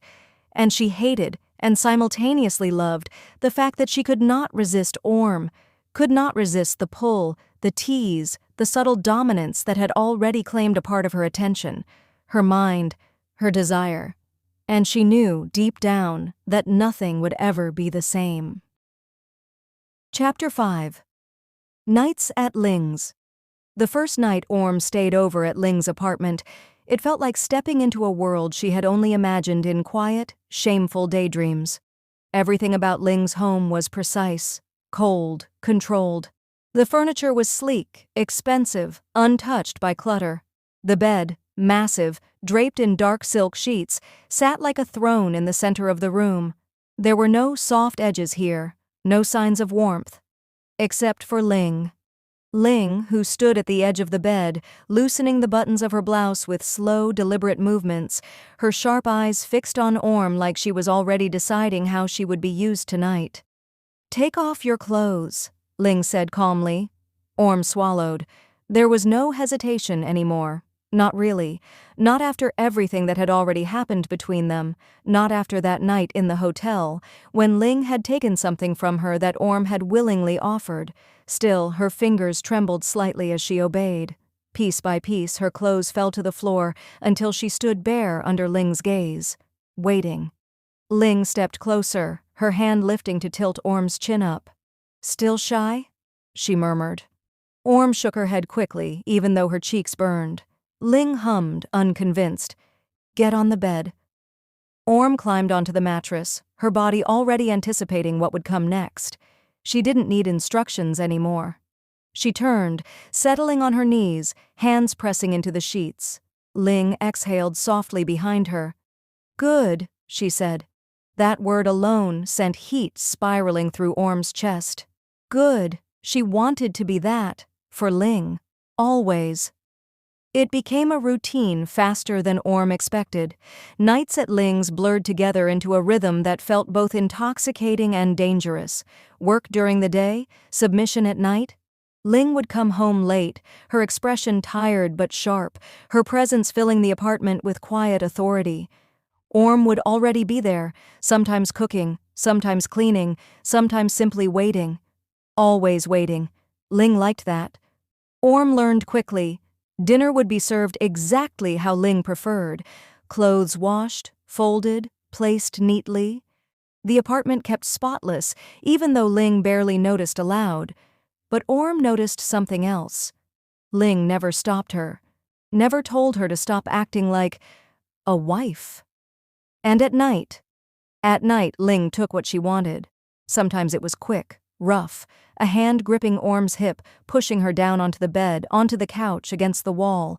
No warning, no softness. Other times it was slower. Ling would sit, legs spread slightly, and simply look at her. "Come here." And Orm would go, kneeling between her legs, hands resting on Ling's thighs, waiting. "Use your mouth," Ling would say, like it was nothing. And Orm would obey, every time. Because every touch, every command, every moment Ling chose her. It felt like something more, even if Ling never said it. Even if Ling refused to name it. "Not that." Orm froze, halfway through adjusting her dress. Ling leaned against the doorway of the bedroom, arms crossed. "That's too short." Orm blinked, looking down at herself. The dress barely reached mid-thigh, soft and light. Something she had picked specifically because she thought Ling might like it. "You said you like when I dress cute," Orm said, her tone careful. Ling's gaze sharpened. "I said I like when you look presentable." Orm's lips parted slightly. "That is presentable," she muttered under her breath. Ling stepped closer. "What did you say?" Orm hesitated. Then, softly, but not softly enough, "It's not like anyone else is going to see me." A mistake. She knew at the moment Ling's expression darkened. Ling's hand came up, gripping Orm's chin, forcing her to look up. "I don't like repeating myself," Ling said coldly. "Go change." Orm's chest tightened. For a moment she considered arguing again, pushing, testing, but something in Ling's eyes warned her not to. Still, a small, stubborn spark flickered inside her. "No," Orm said. The word slipped out before she could stop it. Ling went completely still. "Excuse me?" Orm's heart started racing. She had never said no before. Not like this. "I like this one," Orm said, forcing her voice to stay steady. "You don't get to decide everything I wear." Silence filled the room. Heavy. Dangerous. Ling released her chin slowly. For a second, Orm thought she had gone too far, that Ling might actually... But then Ling smiled. And it wasn't a nice smile. "Turn around." Orm hesitated. "Now." The command snapped through her, and her body obeyed before her mind could catch up. She turned. Ling's hand came down sharply against her ass. The sound echoed in the room. Orm gasped, her body jolting forward. Another strike followed, harder. "Did I say you could talk back?" Ling's voice was low, controlled, but laced with something darker. Orm's breath hitched. "No!" Another slap. "You're getting bold." Orm's fingers curled into the fabric of her dress. Quiet. Ling's hand slid up her back, gripping her neck just enough to hold her in place. "You think because I let you stay here," Ling murmured, "because I let you act like this, you get to make decisions?" Orm's chest rose and fell rapidly. She didn't answer. She couldn't. Ling leaned closer, her lips brushing Orm's ear. "You don't get to disobey me." Another strike, sharper. Orm let out a soft cry. Heat spread across her skin, pain mixing with something embarrassingly close to pleasure. Ling stepped back. "Take it off!" Orm didn't hesitate this time. The dress slipped off her body, pooling at her feet. On the bed, she climbed onto the mattress, her body already trembling. "Face down." Orm obeyed. Ling followed, and this time it wasn't gentle. The punishment didn't end with the spanking. Ling made sure of that. Her hands were rough, deliberate, leaving no space for hesitation, no space for doubt. Orm was pushed, held down, spread open, every movement controlled, every reaction pulled out of her. "Still want to argue?" Ling asked at one point, her voice cutting through the haze. Orm shook her head weakly. "No." "Good." Ling didn't slow down. If anything, she got harsher. And Orm took it. Because somewhere between the pain and the pleasure, between the way Ling's voice wrapped around her and the way her body responded no matter what, she felt wanted, needed, even if it was only like this. Afterward, Ling always pulled away. That was the part Orm hated the most, the distance, the sudden coldness. Ling would clean herself up, adjust her clothes, return to that composed, untouchable version of herself like nothing had happened, like Orm hadn't just been beneath her, like Orm wasn't still shaking from it. That night was no different. Ling stood by the bed buttoning her shirt. Orm lay on her side, watching her, waiting. She didn't even know what she was waiting for anymore. A word, a look, something. Ling didn't give it. "I have work early tomorrow," Ling said casually. "Don't stay up too late." Orm's chest tightened. That was it? "That's all?" Orm asked quietly. Ling glanced at her. What else would there be? Orm swallowed. "Say it. Say it." She forced the words out. "Don't you feel anything?" Ling's expression didn't change. "I feel satisfied," she said simply. The words hit harder than anything else that night. Orm sat up slowly. "That's not what I mean." Ling sighed, like this conversation was already exhausting. "We've talked about this." "No, you've avoided it," Orm shot back, her voice shaking now. "Every time." Ling's gaze hardened. "There's nothing to talk about." "There is to me." Orm's voice cracked. Silence fell again. Ling looked at her, really looked this time. And for a brief, fragile moment, Orm thought, maybe this was it. Maybe Ling would finally— "I told you what this is," Ling said. The hope shattered instantly. "And what is it?" Orm demanded. Ling didn't hesitate. "You wanted to be used," she said. "I'm using you." Orm felt like the air had been knocked out of her. "That's all?" she whispered. Ling didn't answer. She didn't need to. Orm laughed softly, but there was no humor in it. "Right." She stood up, grabbing her clothes with trembling hands. "Where are you going?" Ling asked, her tone sharpening slightly. Orm didn't look at her. "Home." Ling frowned. "You're staying here tonight." "No." The word was firm, stronger than before. Ling stepped closer. "I didn't say you could leave." Orm turned then, her eyes bright with unshed tears. "I didn't say you could treat me like I'm nothing." Ling's jaw tightened. "You're overreacting." Orm let out a hollow laugh. "Of course I am." She pulled on her clothes quickly. "You get everything you want, so why would you care?" Ling's voice dropped. "Stop being dramatic." "I'm not being dramatic." Orm snapped. I just wanted you to say it. Ling stared at her. Say what? Orm's throat tightened. You know what? Ling didn't. Or maybe she refused to. I'm not playing this game, Ling said coldly. Orm nodded slowly. Yeah, she whispered. I know. And then she left. Ling didn't go after her. Not that night. Orm waited, even though she told herself she wouldn't, even though she knew better. She still glanced at her phone, still listened for a knock, still hoped. Nothing came. The next day at work, Ling acted like nothing had happened. Cold, professional, distant. It hurt more than Orm expected. Every word, every glance that didn't linger, every moment Ling treated her like just another employee, it all felt like a knife twisting deeper. By midday, Orm couldn't take it anymore. She typed up her resignation letter, her hands shook the entire time. But she didn't stop. She printed it, walked to Ling's office, and placed it on her desk. Ling looked down at it, then up at her. What is this? Orm forced herself to meet her gaze. I quit. Silence. Ling's expression darkened. You don't get to quit. Orm almost laughed at that. Watch me. Ling stood slowly. This is because of last night? This is because of everything, Orm said.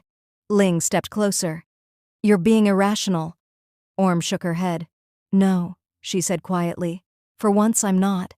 Ling's eyes searched hers. For what? Orm didn't know, but she didn't find it. Fine, Ling said finally. If you want to throw this away? I'm not throwing anything away, Orm interrupted. I'm taking something back. Ling's jaw tightened. You'll regret it. Orm smiled sadly. Maybe. She turned and walked out. Ling showed up that night. Of course she did. Orm had barely finished pacing her small apartment when the knock came. Sharp, demanding. Her heart leapt into her throat. She shouldn't open it. She knew that, but she did. Ling stood there, her presence filling the doorway like she owned it, like she owned everything, like she owned her. You think you can just walk away? Ling said, her voice low and dangerous. Orm swallowed. I already did. Ling stepped inside without waiting for permission. You don't get to leave me. The words sent a shiver through Orm. Watch me, she whispered, even though her voice wavered. Ling's hand shot out, grabbing her wrist, pulling her closer. Don't test me. Orm's breath hitched. I'm not yours, she said, even as her body betrayed her, leaning closer instead of pulling away. Ling's eyes darkened. Yes, she said quietly. You are. And then she kissed her. Hard, possessive, like she was proving something. Orm melted instantly. She hated that, hated how easily Ling could break her resolve, but she didn't push her away. She couldn't.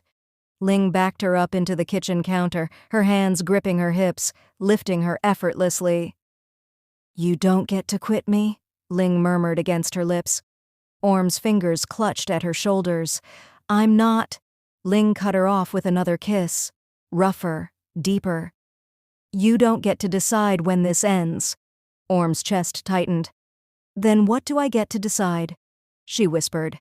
Ling didn't answer. She just pushed her further onto the counter. And took her again, right there, like nothing had changed, like everything had. This time felt different, not softer, not gentler, but heavier, charged with something unspoken.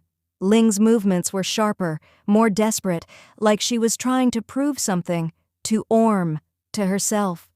Orm couldn't tell which. You're mine, Ling said at one point, her voice strained. Orm's eyes filled with tears. Then say it properly, she whispered.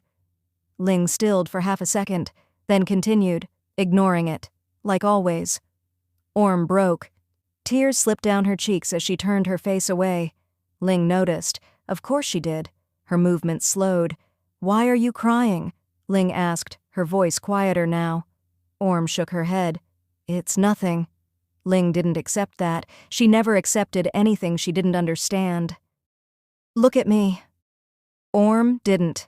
Ling's hand came up, turning her face back. Their eyes met, and for the first time, Ling hesitated.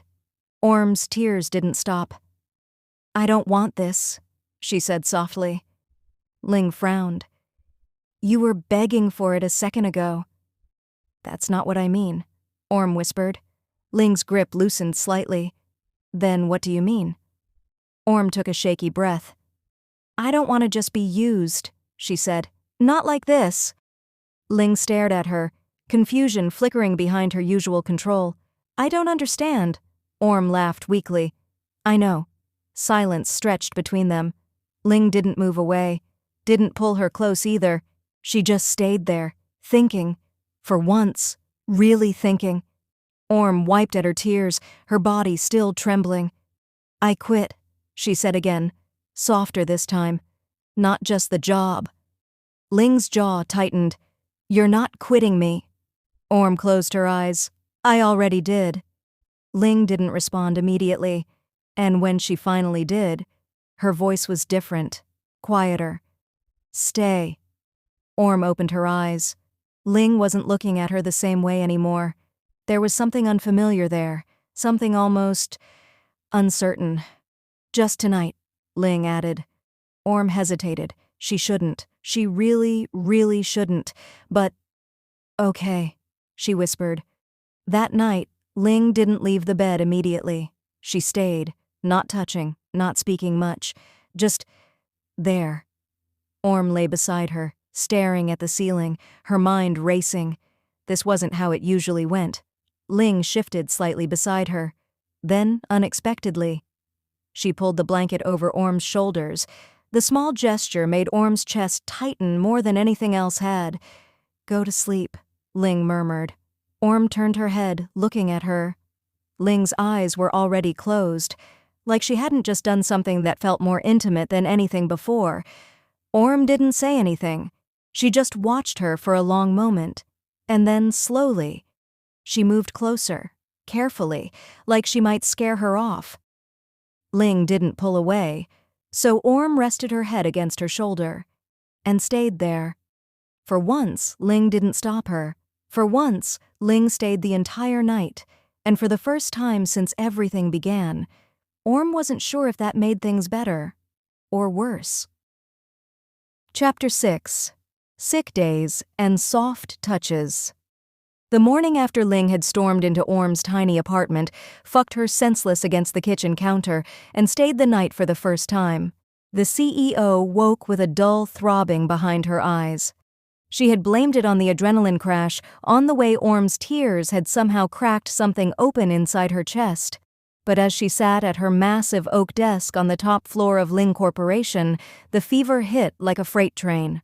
Her skin burned, sweat beaded at her temples despite the air-conditioned chill. Every time she lifted her hand to sign another contract, her fingers trembled. Orm noticed immediately. She had been hovering since they arrived together, still in the same clothes from last night, her blouse slightly wrinkled from Ling's impatient hands. The younger woman's big, doe-like eyes scanned Ling's face every few minutes while she typed up reports. "Boss," Orm said softly, setting a glass of water beside the stack of papers. "You look hot. Not the good kind." Ling tried to scoff, but it came out as a weak cough. "I'm fine. Just finished the quarterly projections."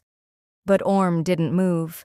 She reached out, pressing the back of her cool hand to Ling's forehead. The touch was gentle, almost reverent. Ling's breath caught. No one had touched her like that in years, not since the broken engagement that still left scars she refused to name. Orm's fingers lingered, tracing the line of Ling's cheekbone. "You're burning up. 39 at least. We're going home, now." Ling opened her mouth to argue, CEO privilege, iron will, the whole routine, but the room tilted. Orm was already on the phone with the driver, voice firm in a way that made Ling's stomach flip. "Yes, Mr. Somchai. Front entrance in 5. Ms. Ling isn't feeling well." Then she was sliding an arm around Ling's waist, guiding her toward the private elevator like it was the most natural thing in the world. Ling leaned into her without meaning to. Orm smelled like vanilla and the faint trace of last night's sweat. Sweet intoxicating. In the car, Ling's head lolled against the leather seat. Orm sat pressed close, one hand resting on Ling's thigh, the other dabbing at her forehead with a damp handkerchief she'd produced from her purse like some kind of perfect little wife. "I'll make you congee," Orm murmured. "The kind my mom used to make when I was sick. Ginger, chicken, just enough salt, and medicine. You're going to let me take care of you, okay?"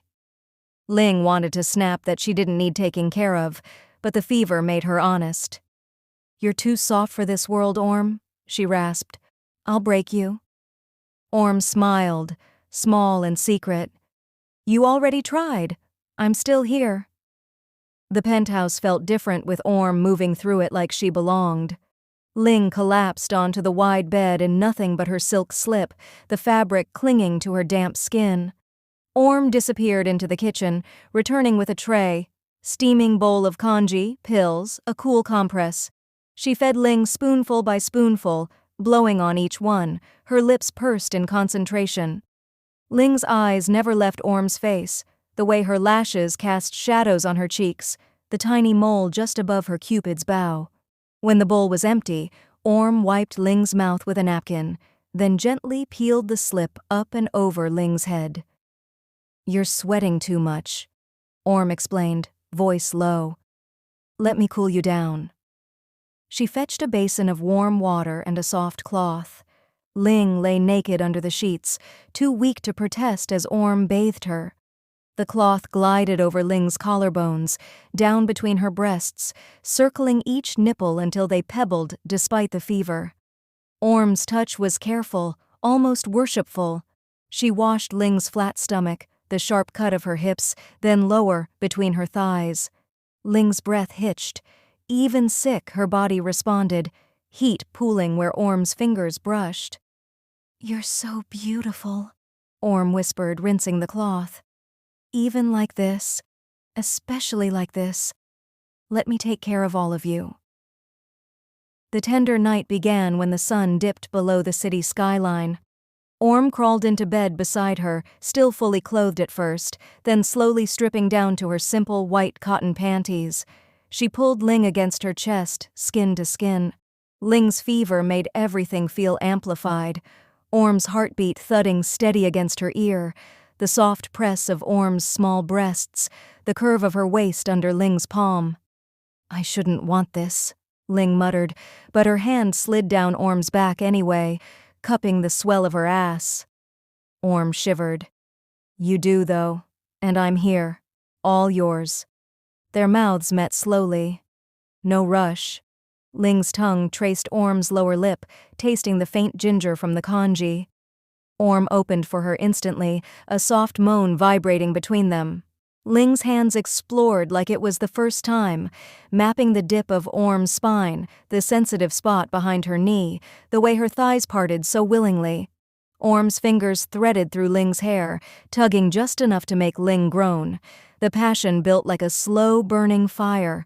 Orm rolled on top, careful not to crush Ling's fevered body, and kissed down her neck, sucking lightly at the pulse point. Ling arched, whispering, "Lower."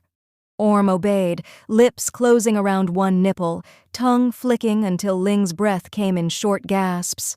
The younger woman's hand slipped between Ling's legs, finding her already slick despite the illness. 2 fingers circled Ling's clit with perfect pressure, slow, teasing strokes that had Ling's hips rocking up. "Orm, fuck right there," Ling breathed, voice hoarse. Orm smiled against her skin and slid lower, kissing a trail down Ling's stomach until her mouth replaced her fingers. She licked broad and flat at first, savoring, then sucked Ling's clit between her lips with gentle pulses. Ling's hands fisted the sheets. The fever made every sensation electric. Her orgasm crashed over her in long, rolling waves that left her shaking. Orm didn't stop, tongue dipping inside, tasting her, humming with satisfaction until Ling came again, softer this time, a quiet cry escaping her throat. Then it was Ling's turn to give, even weak. She pulled Orm up, flipping their positions with surprising strength. "My turn, little wife," she growled softly. Her fingers found Orm's soaked center, sliding in easily, One, then two, curling against that spot that always made Orm keen. Orm's legs spread wider, heels digging into the mattress. Ling pumped steadily, thumb rubbing circles on her clit, watching Orm's face the entire time. Flushed cheeks, parted lips, eyes glassy with pleasure. "Come for me," Ling commanded, voice tender beneath the dominance. "Let me feel you." Orm shattered beautifully, back arching, a long moan spilling out as her walls clenched around Ling's fingers. Ling kept moving through it, drawing out every pulse until Orm was whimpering, oversensitive and clinging. They collapsed together, limbs tangled. Ling pressed a kiss to Orm's forehead, lingering there. The gesture was so simple, so intimate, that Orm's heart squeezed painfully. In the quiet dark, Orm dared to hope. Maybe this fever had cracked Ling open just enough. Maybe the woman who had fucked her in anger last night could learn to stay for softness too. By morning, the fever had broken slightly. Ling could sit up without the room spinning. They returned to the office together, Orm insisting on driving, her hand on Ling's knee the whole way. Ling's driver, Mr. Somchai's young assistant named Than, waited at the entrance with coffee. He was 25, handsome in that easy, boy-next-door way, with a bright smile that lit up when he saw Orm. "Miss Orm," he called, holding out the cup. "Extra sweet, just how you like it. You look beautiful today as always." Orm laughed, a light tinkling sound that carried across the parking lot. She touched his arm lightly, tilting her head. "You're too kind, Than. The coffee smells amazing. Did you add cinnamon like I asked last time?" Ling watched from the car window, jaw tight. Orm's fingers lingered on the driver's sleeve. Her laugh rang out again when Than joked about the weather. Something feral uncoiled in Ling's chest. The moment they stepped into the private elevator, Ling's hand shot out, slamming the stop button. She crowded Orm against the mirrored wall. "You think it's funny? Laughing with him like that?" Orm's eyes widened, but there was heat in them too. "He was just being nice." Ling's mouth crashed down, devouring. The kiss was possessive, bruising.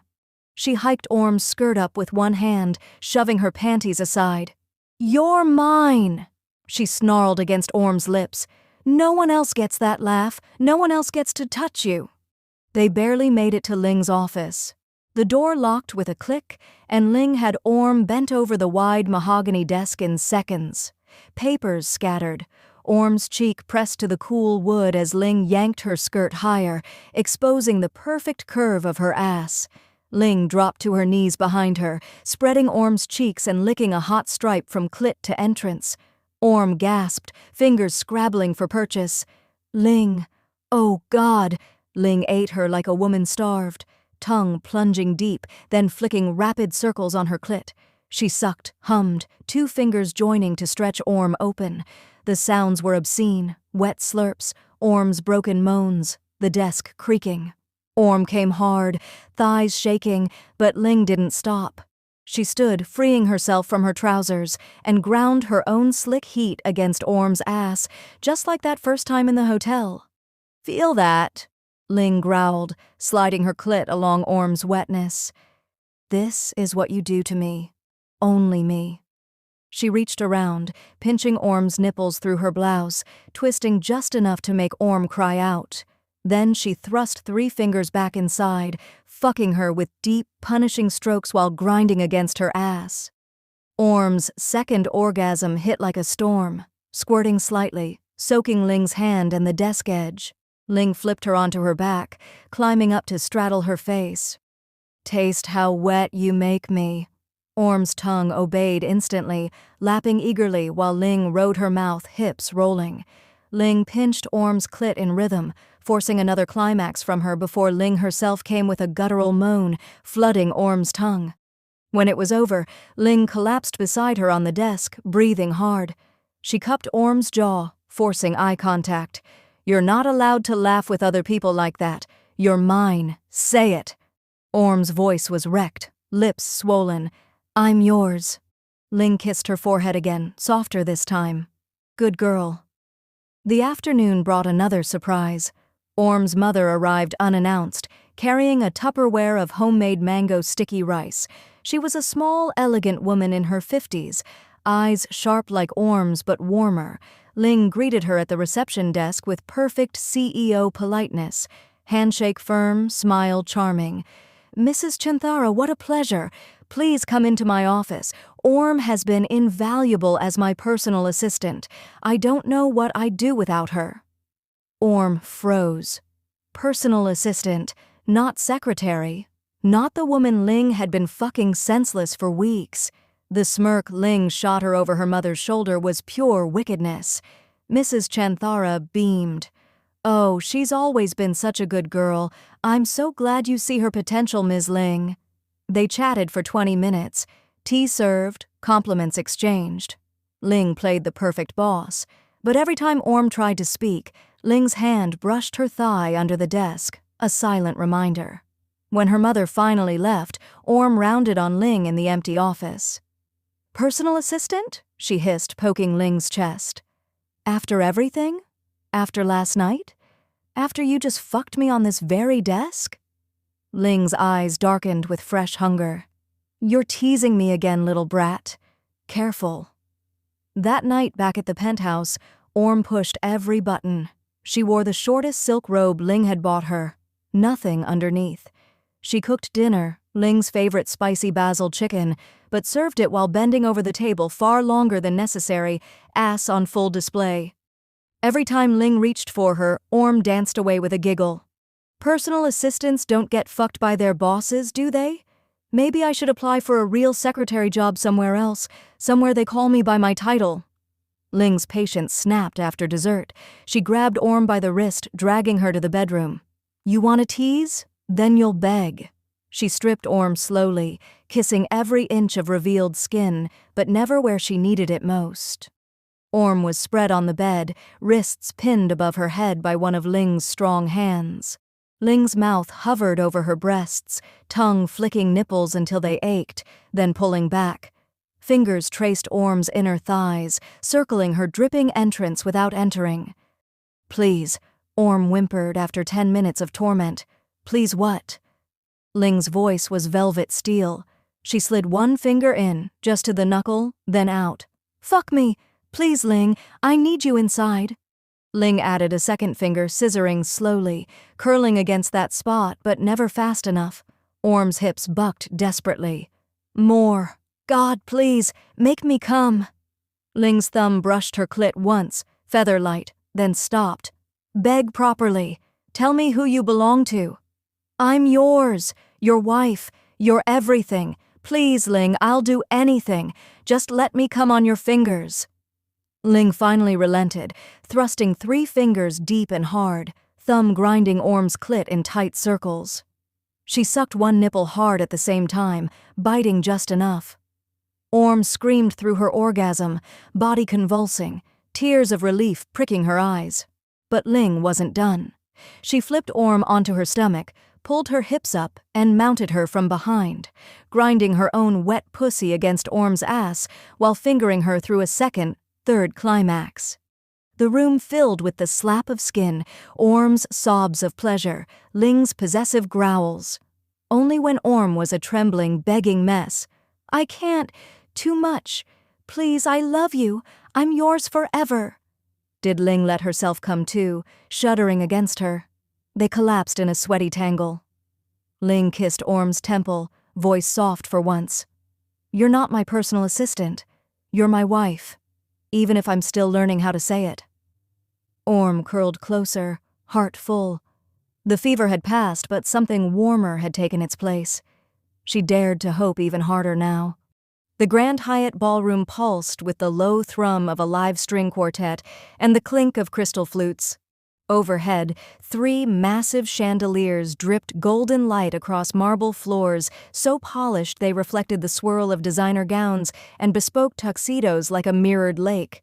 This was Ling's annual company gala, her domain, her stage. At 30, she commanded the room without raising her voice. Tonight she wore a tailored midnight blue silk suit that hugged every lean line of her body. Sharp shoulders, narrow waist, long legs accentuated by the subtle flare of the trousers. Her dark hair was pinned in a low knot, a few rebellious strands grazing the edge of her jaw. A single thin gold chain lay against the hollow of her throat, the only concession to softness. She looked untouchable. She felt like a live wire.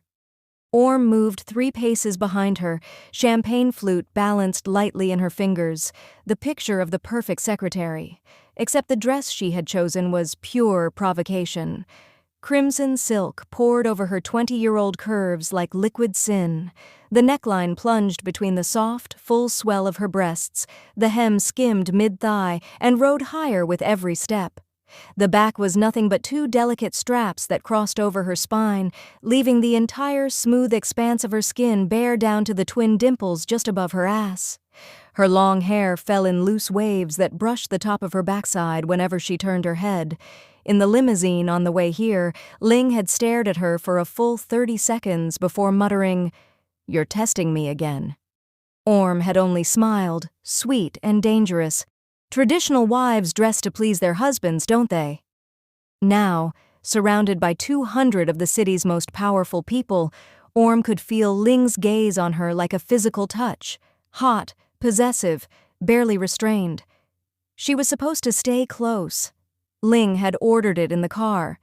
Smile, nod, and do not leave my side. But Orm had learned that Ling's rules were made to be nudged, then shattered. The jealousy game had worked before. Tonight she would turn the volume up. She drifted toward the open bar where a knot of executives had gathered. One of them peeled away immediately. Kira Vong, 34, CEO of a rival tech firm that had been nipping at Ling's heels for 2 years. Tall, angular, dressed in a sleek black gown that screamed old money and new ambition, Kira's eyes locked onto Orm with open appreciation. "Ling's new assistant," Kira said, voice low and velvet smooth as she offered Orm a fresh glass of champagne. Her fingers brushed Orm's deliberately. "I've heard the rumors. You're far too stunning to be wasted on spreadsheets and coffee runs." Orm laughed, light and musical, tilting her head so her hair spilled over one shoulder and exposed the long, elegant line of her neck. "I handle more than spreadsheets, Ms. Vong. Call me Kira." The woman stepped closer, close enough that Orm caught the dark floral notes of her perfume. "And tell me, what else do you handle for Ling? Because from where I'm standing, she doesn't look like the sharing type." Orm let her fingertips graze Kira's wrist as she accepted the glass. "She isn't, but I'm very good at teaching her new things." Across the ballroom, Ling watched. Her fingers tightened around her own flute until the stem creaked. She saw everything, the way Kira's hand settled low on Orm's back, the way Orm leaned in just enough to let her hair brush Kira's shoulder, the way that innocent yet filthy smile curved her lips, the same smile she wore when she crawled under Ling's desk or bent over the kitchen island wearing nothing but an apron and a come-hither look. Ling's blood ignited. She had spent the last 6 months convincing herself this arrangement was under control. Orm cooked, cleaned, took her cock, fingers, strap, whatever Ling needed, every single night like the perfect little wife she kept auditioning to become. Ling used her, rewarded her, kept her close. Emotions were never part of the deal, but another woman's hand on what belonged to her cracked the leash wide open. She set her glass down with a decisive click and cut through the crowd. People parted for her automatically. When she reached them, her hand closed around Orm's elbow, firm, unmistakable, a brand. "Ms. Vong," Ling said, her voice silk-wrapped steel. "I see you've met my personal assistant." Kira's smile sharpened with amusement. "Assistant? How adorably modest. I was just suggesting she deserves a better title." Ling's grip tightened. "She already has the only title that matters? Mine." Orm's pulse spiked. Heat rolled off Ling in waves. Perfect. She wanted her feral. Kira arched a brow. "Possessive. I like that in a rival." Ling didn't waste another word. She turned, pulling Orm with her toward the side exit that opened onto the private service hallway reserved for staff and high-profile guests. The heavy door shut behind them with a solid thud, cutting off the gala's noise to a distant hum. Dim emergency lights cast long shadows down the corridor lined with storage closets and service elevators. The air was cooler here, quieter, intimate. The moment they were alone, Ling spun Orm around and shoved her back against the wall. The impact was controlled, enough to jolt the breath from Orm's lungs in a soft, startled gasp, not enough to hurt. "You think you can flirt with her right in front of me?" Ling's voice was rough, dangerous. Her hands framed Orm's face, thumbs pressing into the soft skin beneath her ears. "You think I won't remind you exactly who you belong to?" Orm's lips parted, breath already quickening. "I was just being friendly. Traditional wives are supposed to be polite to guests." "Bullshit." Ling's mouth crashed down on hers. The kiss was immediate, devouring. Ling's tongue pushed past Orm's lips, tasting champagne and the faint cherry of her lip gloss. Orm moaned into it, hands fisting in the lapels of Ling's silk jacket, yanking her closer. The cool fabric rubbed against the bare skin of Orm's back, sending shivers racing down her spine. Ling's thigh slid between Orm's legs, pressing up hard against the heat already soaking through the thin silk of her dress. Orm rocked against it instinctively, a needy little grind that made Ling growl. Ling's hand dropped, palming the curve of Orm's ass, fingers digging in hard enough to leave faint bruises. She yanked the hem of the dress up to Orm's waist in one rough motion. No panties. Orm had planned every detail. Ling's fingers found her instantly, sliding through slick, swollen folds with humiliating ease. "Fuck!" Ling hissed against her mouth. "You're dripping. Just from letting her touch you? Or was it knowing I was watching you act like a little slut?" Orm whimpered, head falling back against the wall. "Both. I wanted you to see. I wanted you to lose it." Ling's laugh was dark and low. "Careful what you wish for, baby." She spun Orm around again, pressing her front flush to the wall, chest to Orm's back. One hand yanked the thin straps of the dress down her shoulders, baring her breasts to the cool air. Ling's palms covered them immediately, thumbs circling the already pebbled nipples with ruthless precision. Orm arched, pushing her ass back against Ling's hips. "Someone could walk in," Orm breathed, but the danger only made her wetter, her voice trembling with excitement. "I don't give a fuck who sees." Ling pinched both nipples at once, rolling them between her fingers until Orm cried out sharply. "Let them watch. Let them know you're mine." Her other hand shoved between Orm's thighs again. 2 fingers plunged inside without warning, deep, rough, stretching her open. Orm's knees buckled. Ling held her up with the arm banded across her chest, still tormenting her nipples. The wet, obscene sounds of Ling's fingers thrusting in and out filled the hallway, slick, rhythmic, filthy. "So tight," Ling growled, curling her fingers to stroke that perfect spot inside her. "Still so fucking tight no matter how many times I ruin you." She added a third finger, scissoring them, fucking Orm harder, faster. Orm's forehead pressed to the cool wall, breath fogging the paint, hips pushing back desperately to meet every thrust. Ling ground her own hips against Orm's ass, the hard line of her arousal evident even through the suit trousers. "Feel that? That's what you do to me, every single day, every night, and you still think you can give it away." "I don't want anyone else," Orm gasped, clenching around Ling's fingers. "Just you, only you, Ling." "Liar." Ling's thumb found her clit, circling fast and merciless while her fingers kept pumping. "You love making me jealous. You love it when I snap and take what's mine." The pressure built like wildfire, tight, hot, unstoppable. Orm's moans turned into broken sobs of pleasure. Ling bit down on the junction of her neck and shoulder, teeth sinking in just hard enough to mark. "Come for me," she ordered, voice gravel rough. "Come on my fingers like the greedy little wife you keep pretending to be, right here where anyone could walk by and see how wet you get for me." Orm shattered. Her walls clamped down hard around Ling's fingers, body convulsing as the orgasm tore through her in wave after wave. She cried out Ling's name, loud, unrestrained, her slick dripping down her thighs and onto Ling's hand. Ling didn't stop. She kept thrusting, curling, drawing out every last pulse until Orm was shaking, legs trembling, barely able to stand. Only then did Ling ease her fingers free. She turned Orm around, brought the glistening digits to her own mouth, and licked them clean, while staring straight into Orm's dazed, pleasure-drunk eyes. "You taste like mine," she said, simple and absolute. Orm's chest heaved. Her dress was wrecked, straps hanging off her shoulders, hem bunched at her waist, lipstick smeared across her swollen lips. She looked thoroughly used and impossibly beautiful.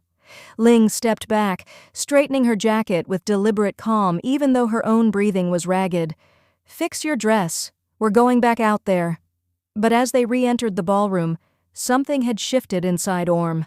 While Ling had been distracted earlier by a cluster of board members, Orm had overheard two older executives talking in low voices near the bar. "Ling's been like this ever since the engagement blew up. Poor thing. That fiancée, Elena, left her at the altar. Said Ling was too cold, too controlling, couldn't let anyone in. Haven't seen her serious with anyone since." The words lodged in Orm's chest like shards of ice. A broken engagement. That was why Ling could fuck her senseless, claim her body in every hallway and office, but never let her close. The fear of intimacy wasn't a rumor, it was a scar. Deep. Old. The reason she kept Orm at arm's length even while she owned every inch of her. Orm stared at Ling now across the room, heart aching with sudden clarity.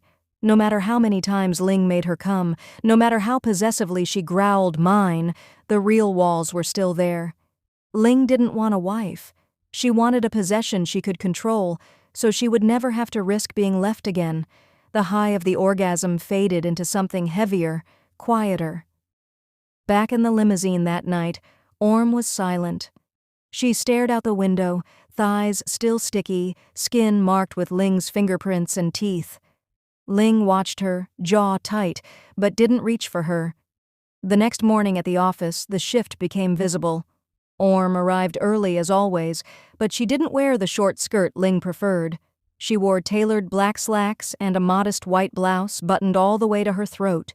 When Ling called her in for dictation, Orm sat across the desk with her tablet instead of perching on the edge like she usually did.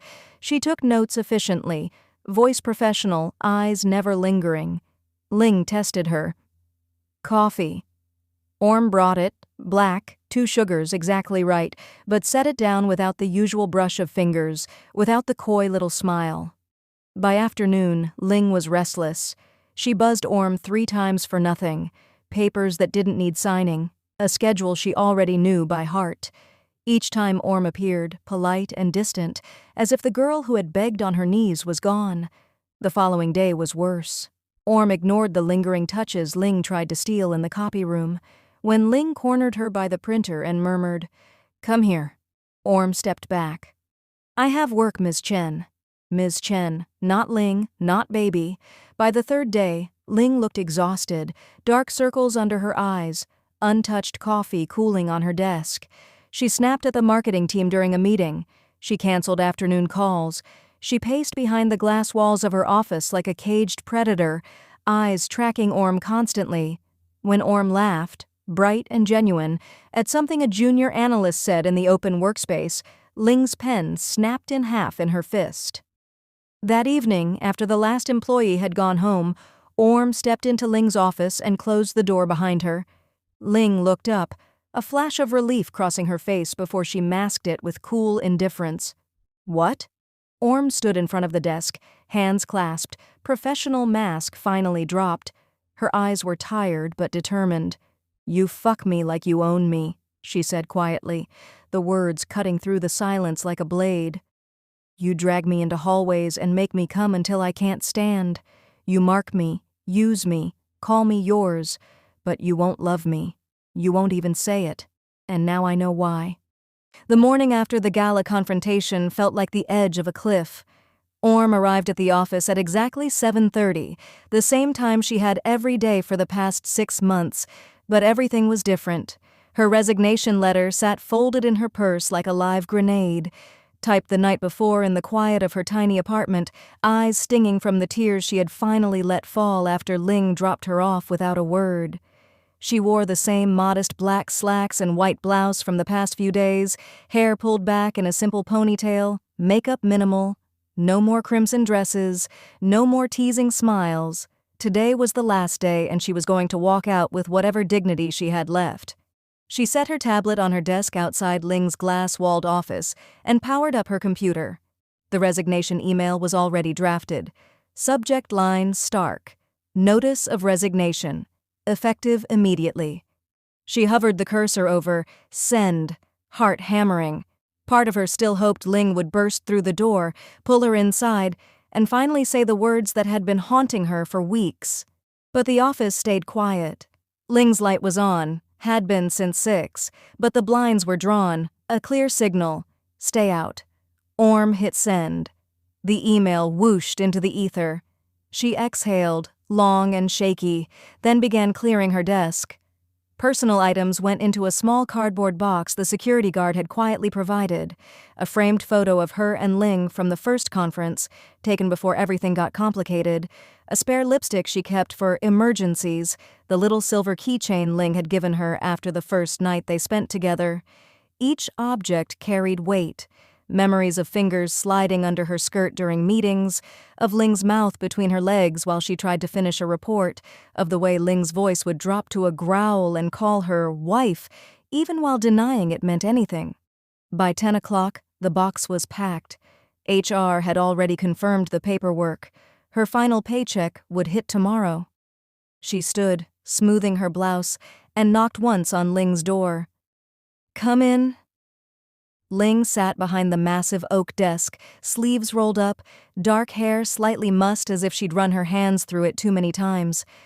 Her eyes lifted, and for a split second, something raw flashed across her face, pain, fear, relief, before the CEO mask slammed back into place. "What is it, Orm?" Orm set the box on the edge of the desk. "I just wanted to say goodbye properly, and thank you for everything." Her voice stayed steady even though her throat ached. "The email's already with HR and you." Ling's gaze dropped to the box. Her jaw tightened. "You're really doing this?" "Yes." Orm met her eyes. "I meant what I said last night. I can't keep giving you every piece of me when you won't give me anything real back. I love you, Ling. But I love myself more than I love being your secret toy." The words landed like stones in still water. Ling's hands curled into fists on the desk blotter. She opened her mouth, closed it.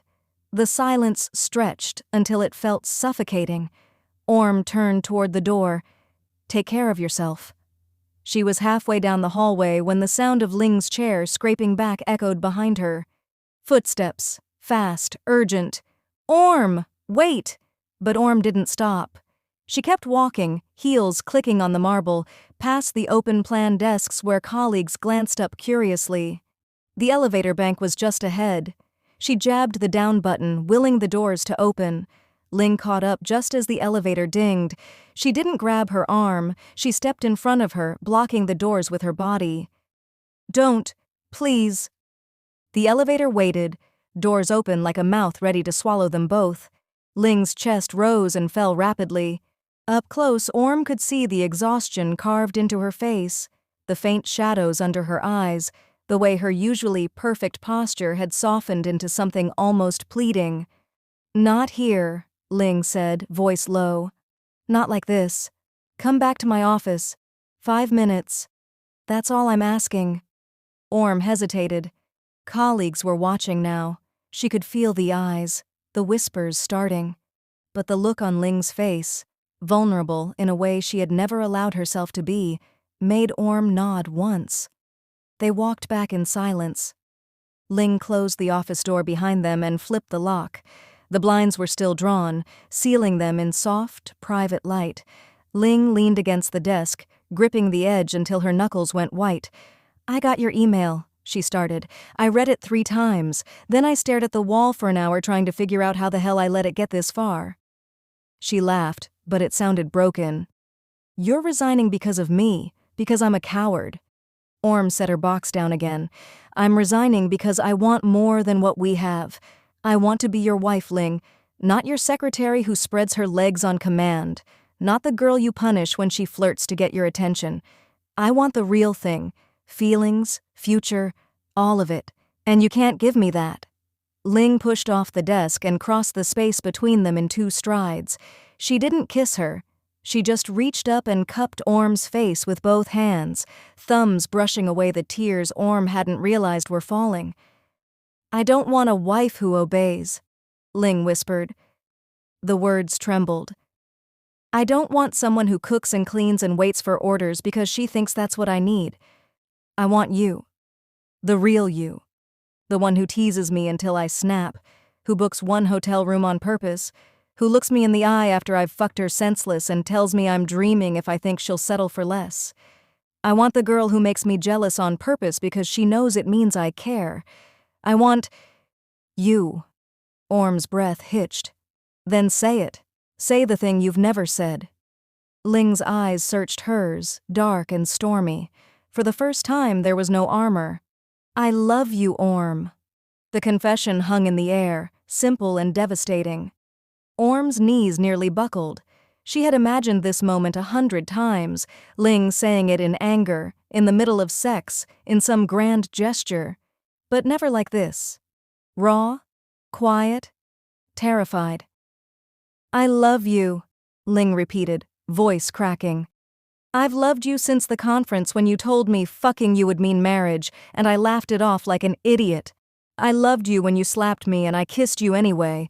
I loved you every time I used you and then pretended it was just relief. I was scared. Elena?" "She left because I couldn't let her in.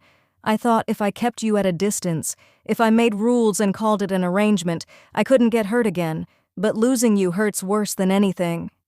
Tears spilled freely down Orm's cheeks now. She covered Ling's hands with her own. "You really mean it?" "Every word." Ling's forehead rested against hers. "Stay. Move back in. No rules this time. No more behave like a wife bullshit. Just us. You can be my housewife and still work here part-time, whatever you want. I'll clear the schedule, hire help, do whatever it takes. Just don't leave me." Orm laughed through the tears, a watery, relieved sound. "You're proposing we live together again?" "I'm begging." Ling's lips brushed hers once, feather-light. "Please." The kiss that followed wasn't the frantic, possessive crash of the hallway or the desk. It was slow, deliberate, full of everything Ling had been holding back. Ling's mouth moved against Orm's like she was memorizing her, soft presses, the tip of her tongue tracing the seam of Orm's lips until they parted on a sigh. Hands slid down Orm's back, pulling her flush against the hard lines of Ling's body, but there was no rush, no domination, just reverence. Orm melted into it, fingers threading through Ling's hair, tugging gently to deepen the kiss. Their tongues met, sliding warm and wet, tasting salt from tears and the faint coffee Ling had been drinking all morning. Ling groaned softly into her mouth, the sound vibrating through Orm's chest. They broke apart only when breathing became necessary. Ling's eyes were dark, pupils blown wide. "Let me show you," she murmured.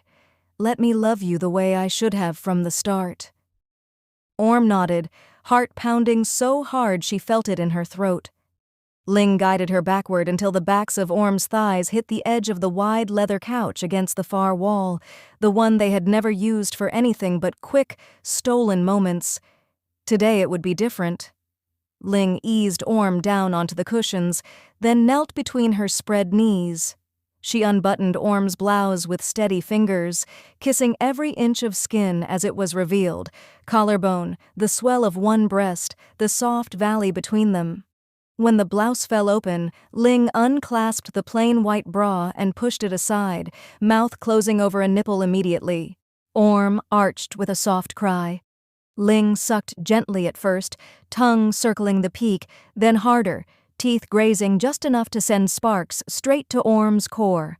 One hand palmed the other breast, thumb stroking in lazy circles.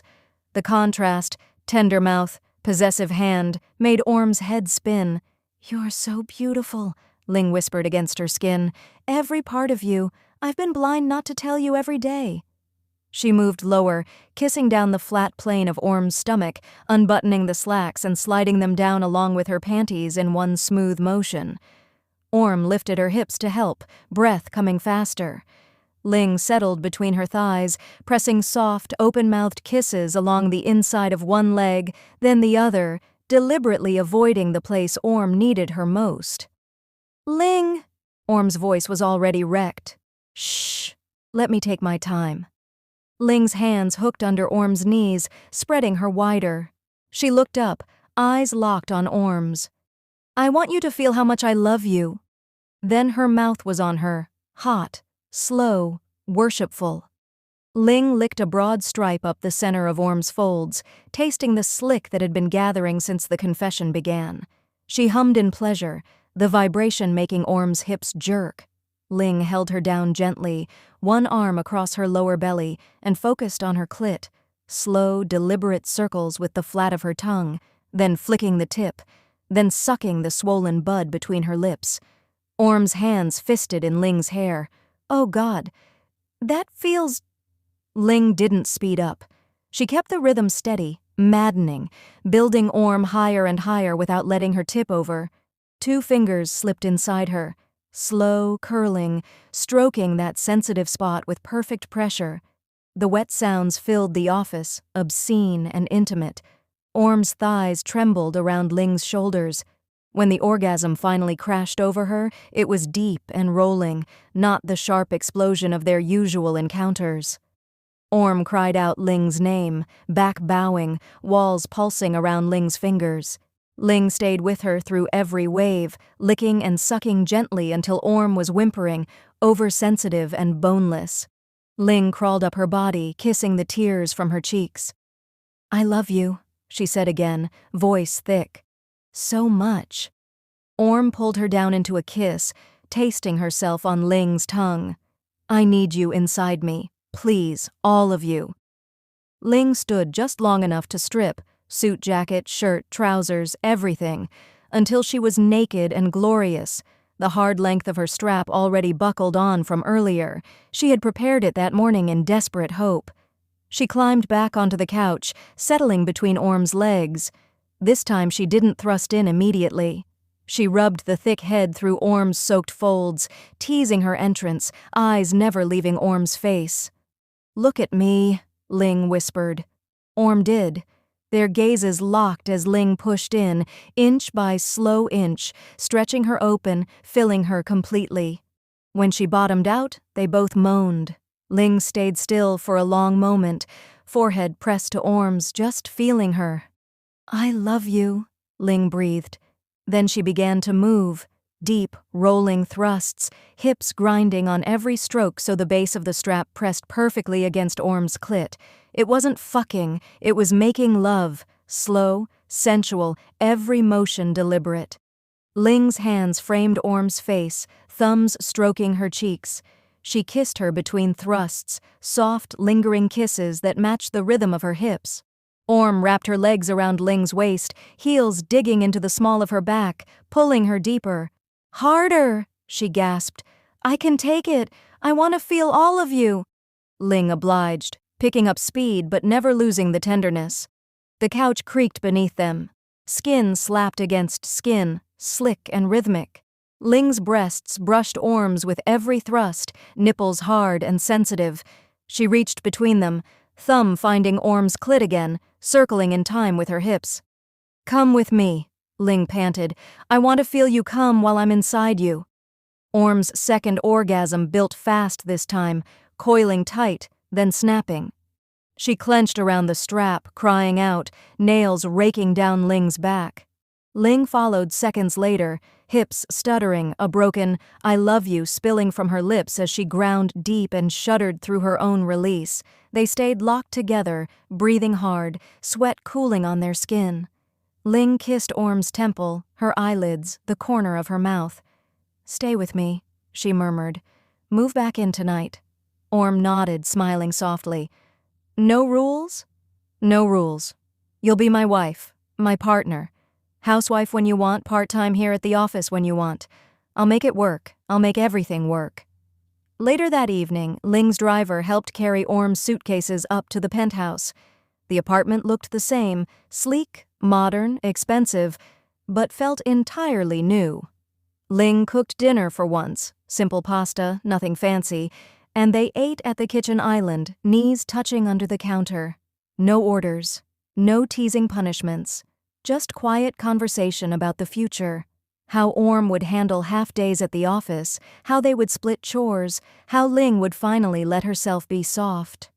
After dinner, Ling led Orm to the bedroom, the big one they had shared before Orm quit. They undressed each other slowly, exploring with new eyes. Ling laid Orm down on the silk sheets and loved her again, mouth and fingers and strap, but this time with whispered endearments between every kiss. Orm rode her slowly, hands braced on Ling's chest, eyes locked as she took what she wanted. Ling's hands guided her hips, not controlling, just supporting. When they came together again, it was with Ling's arms wrapped tight around her, murmuring, "Mine to love," against her hair. Hours later, curled together in the dark, Orm traced patterns on Ling's bare chest. "I love being yours," she whispered. The same words she had imagined saying on a wedding night someday. Ling kissed the top of her head. "And I love being yours right back. No more power trips, no more walls. Just two women who had finally found the courage to make love instead of just using each other. Tomorrow would be the first day of the rest of their lives. Orm half in the office, half in the home she was finally allowed to call hers without conditions. But tonight, in the quiet afterglow, everything was perfect.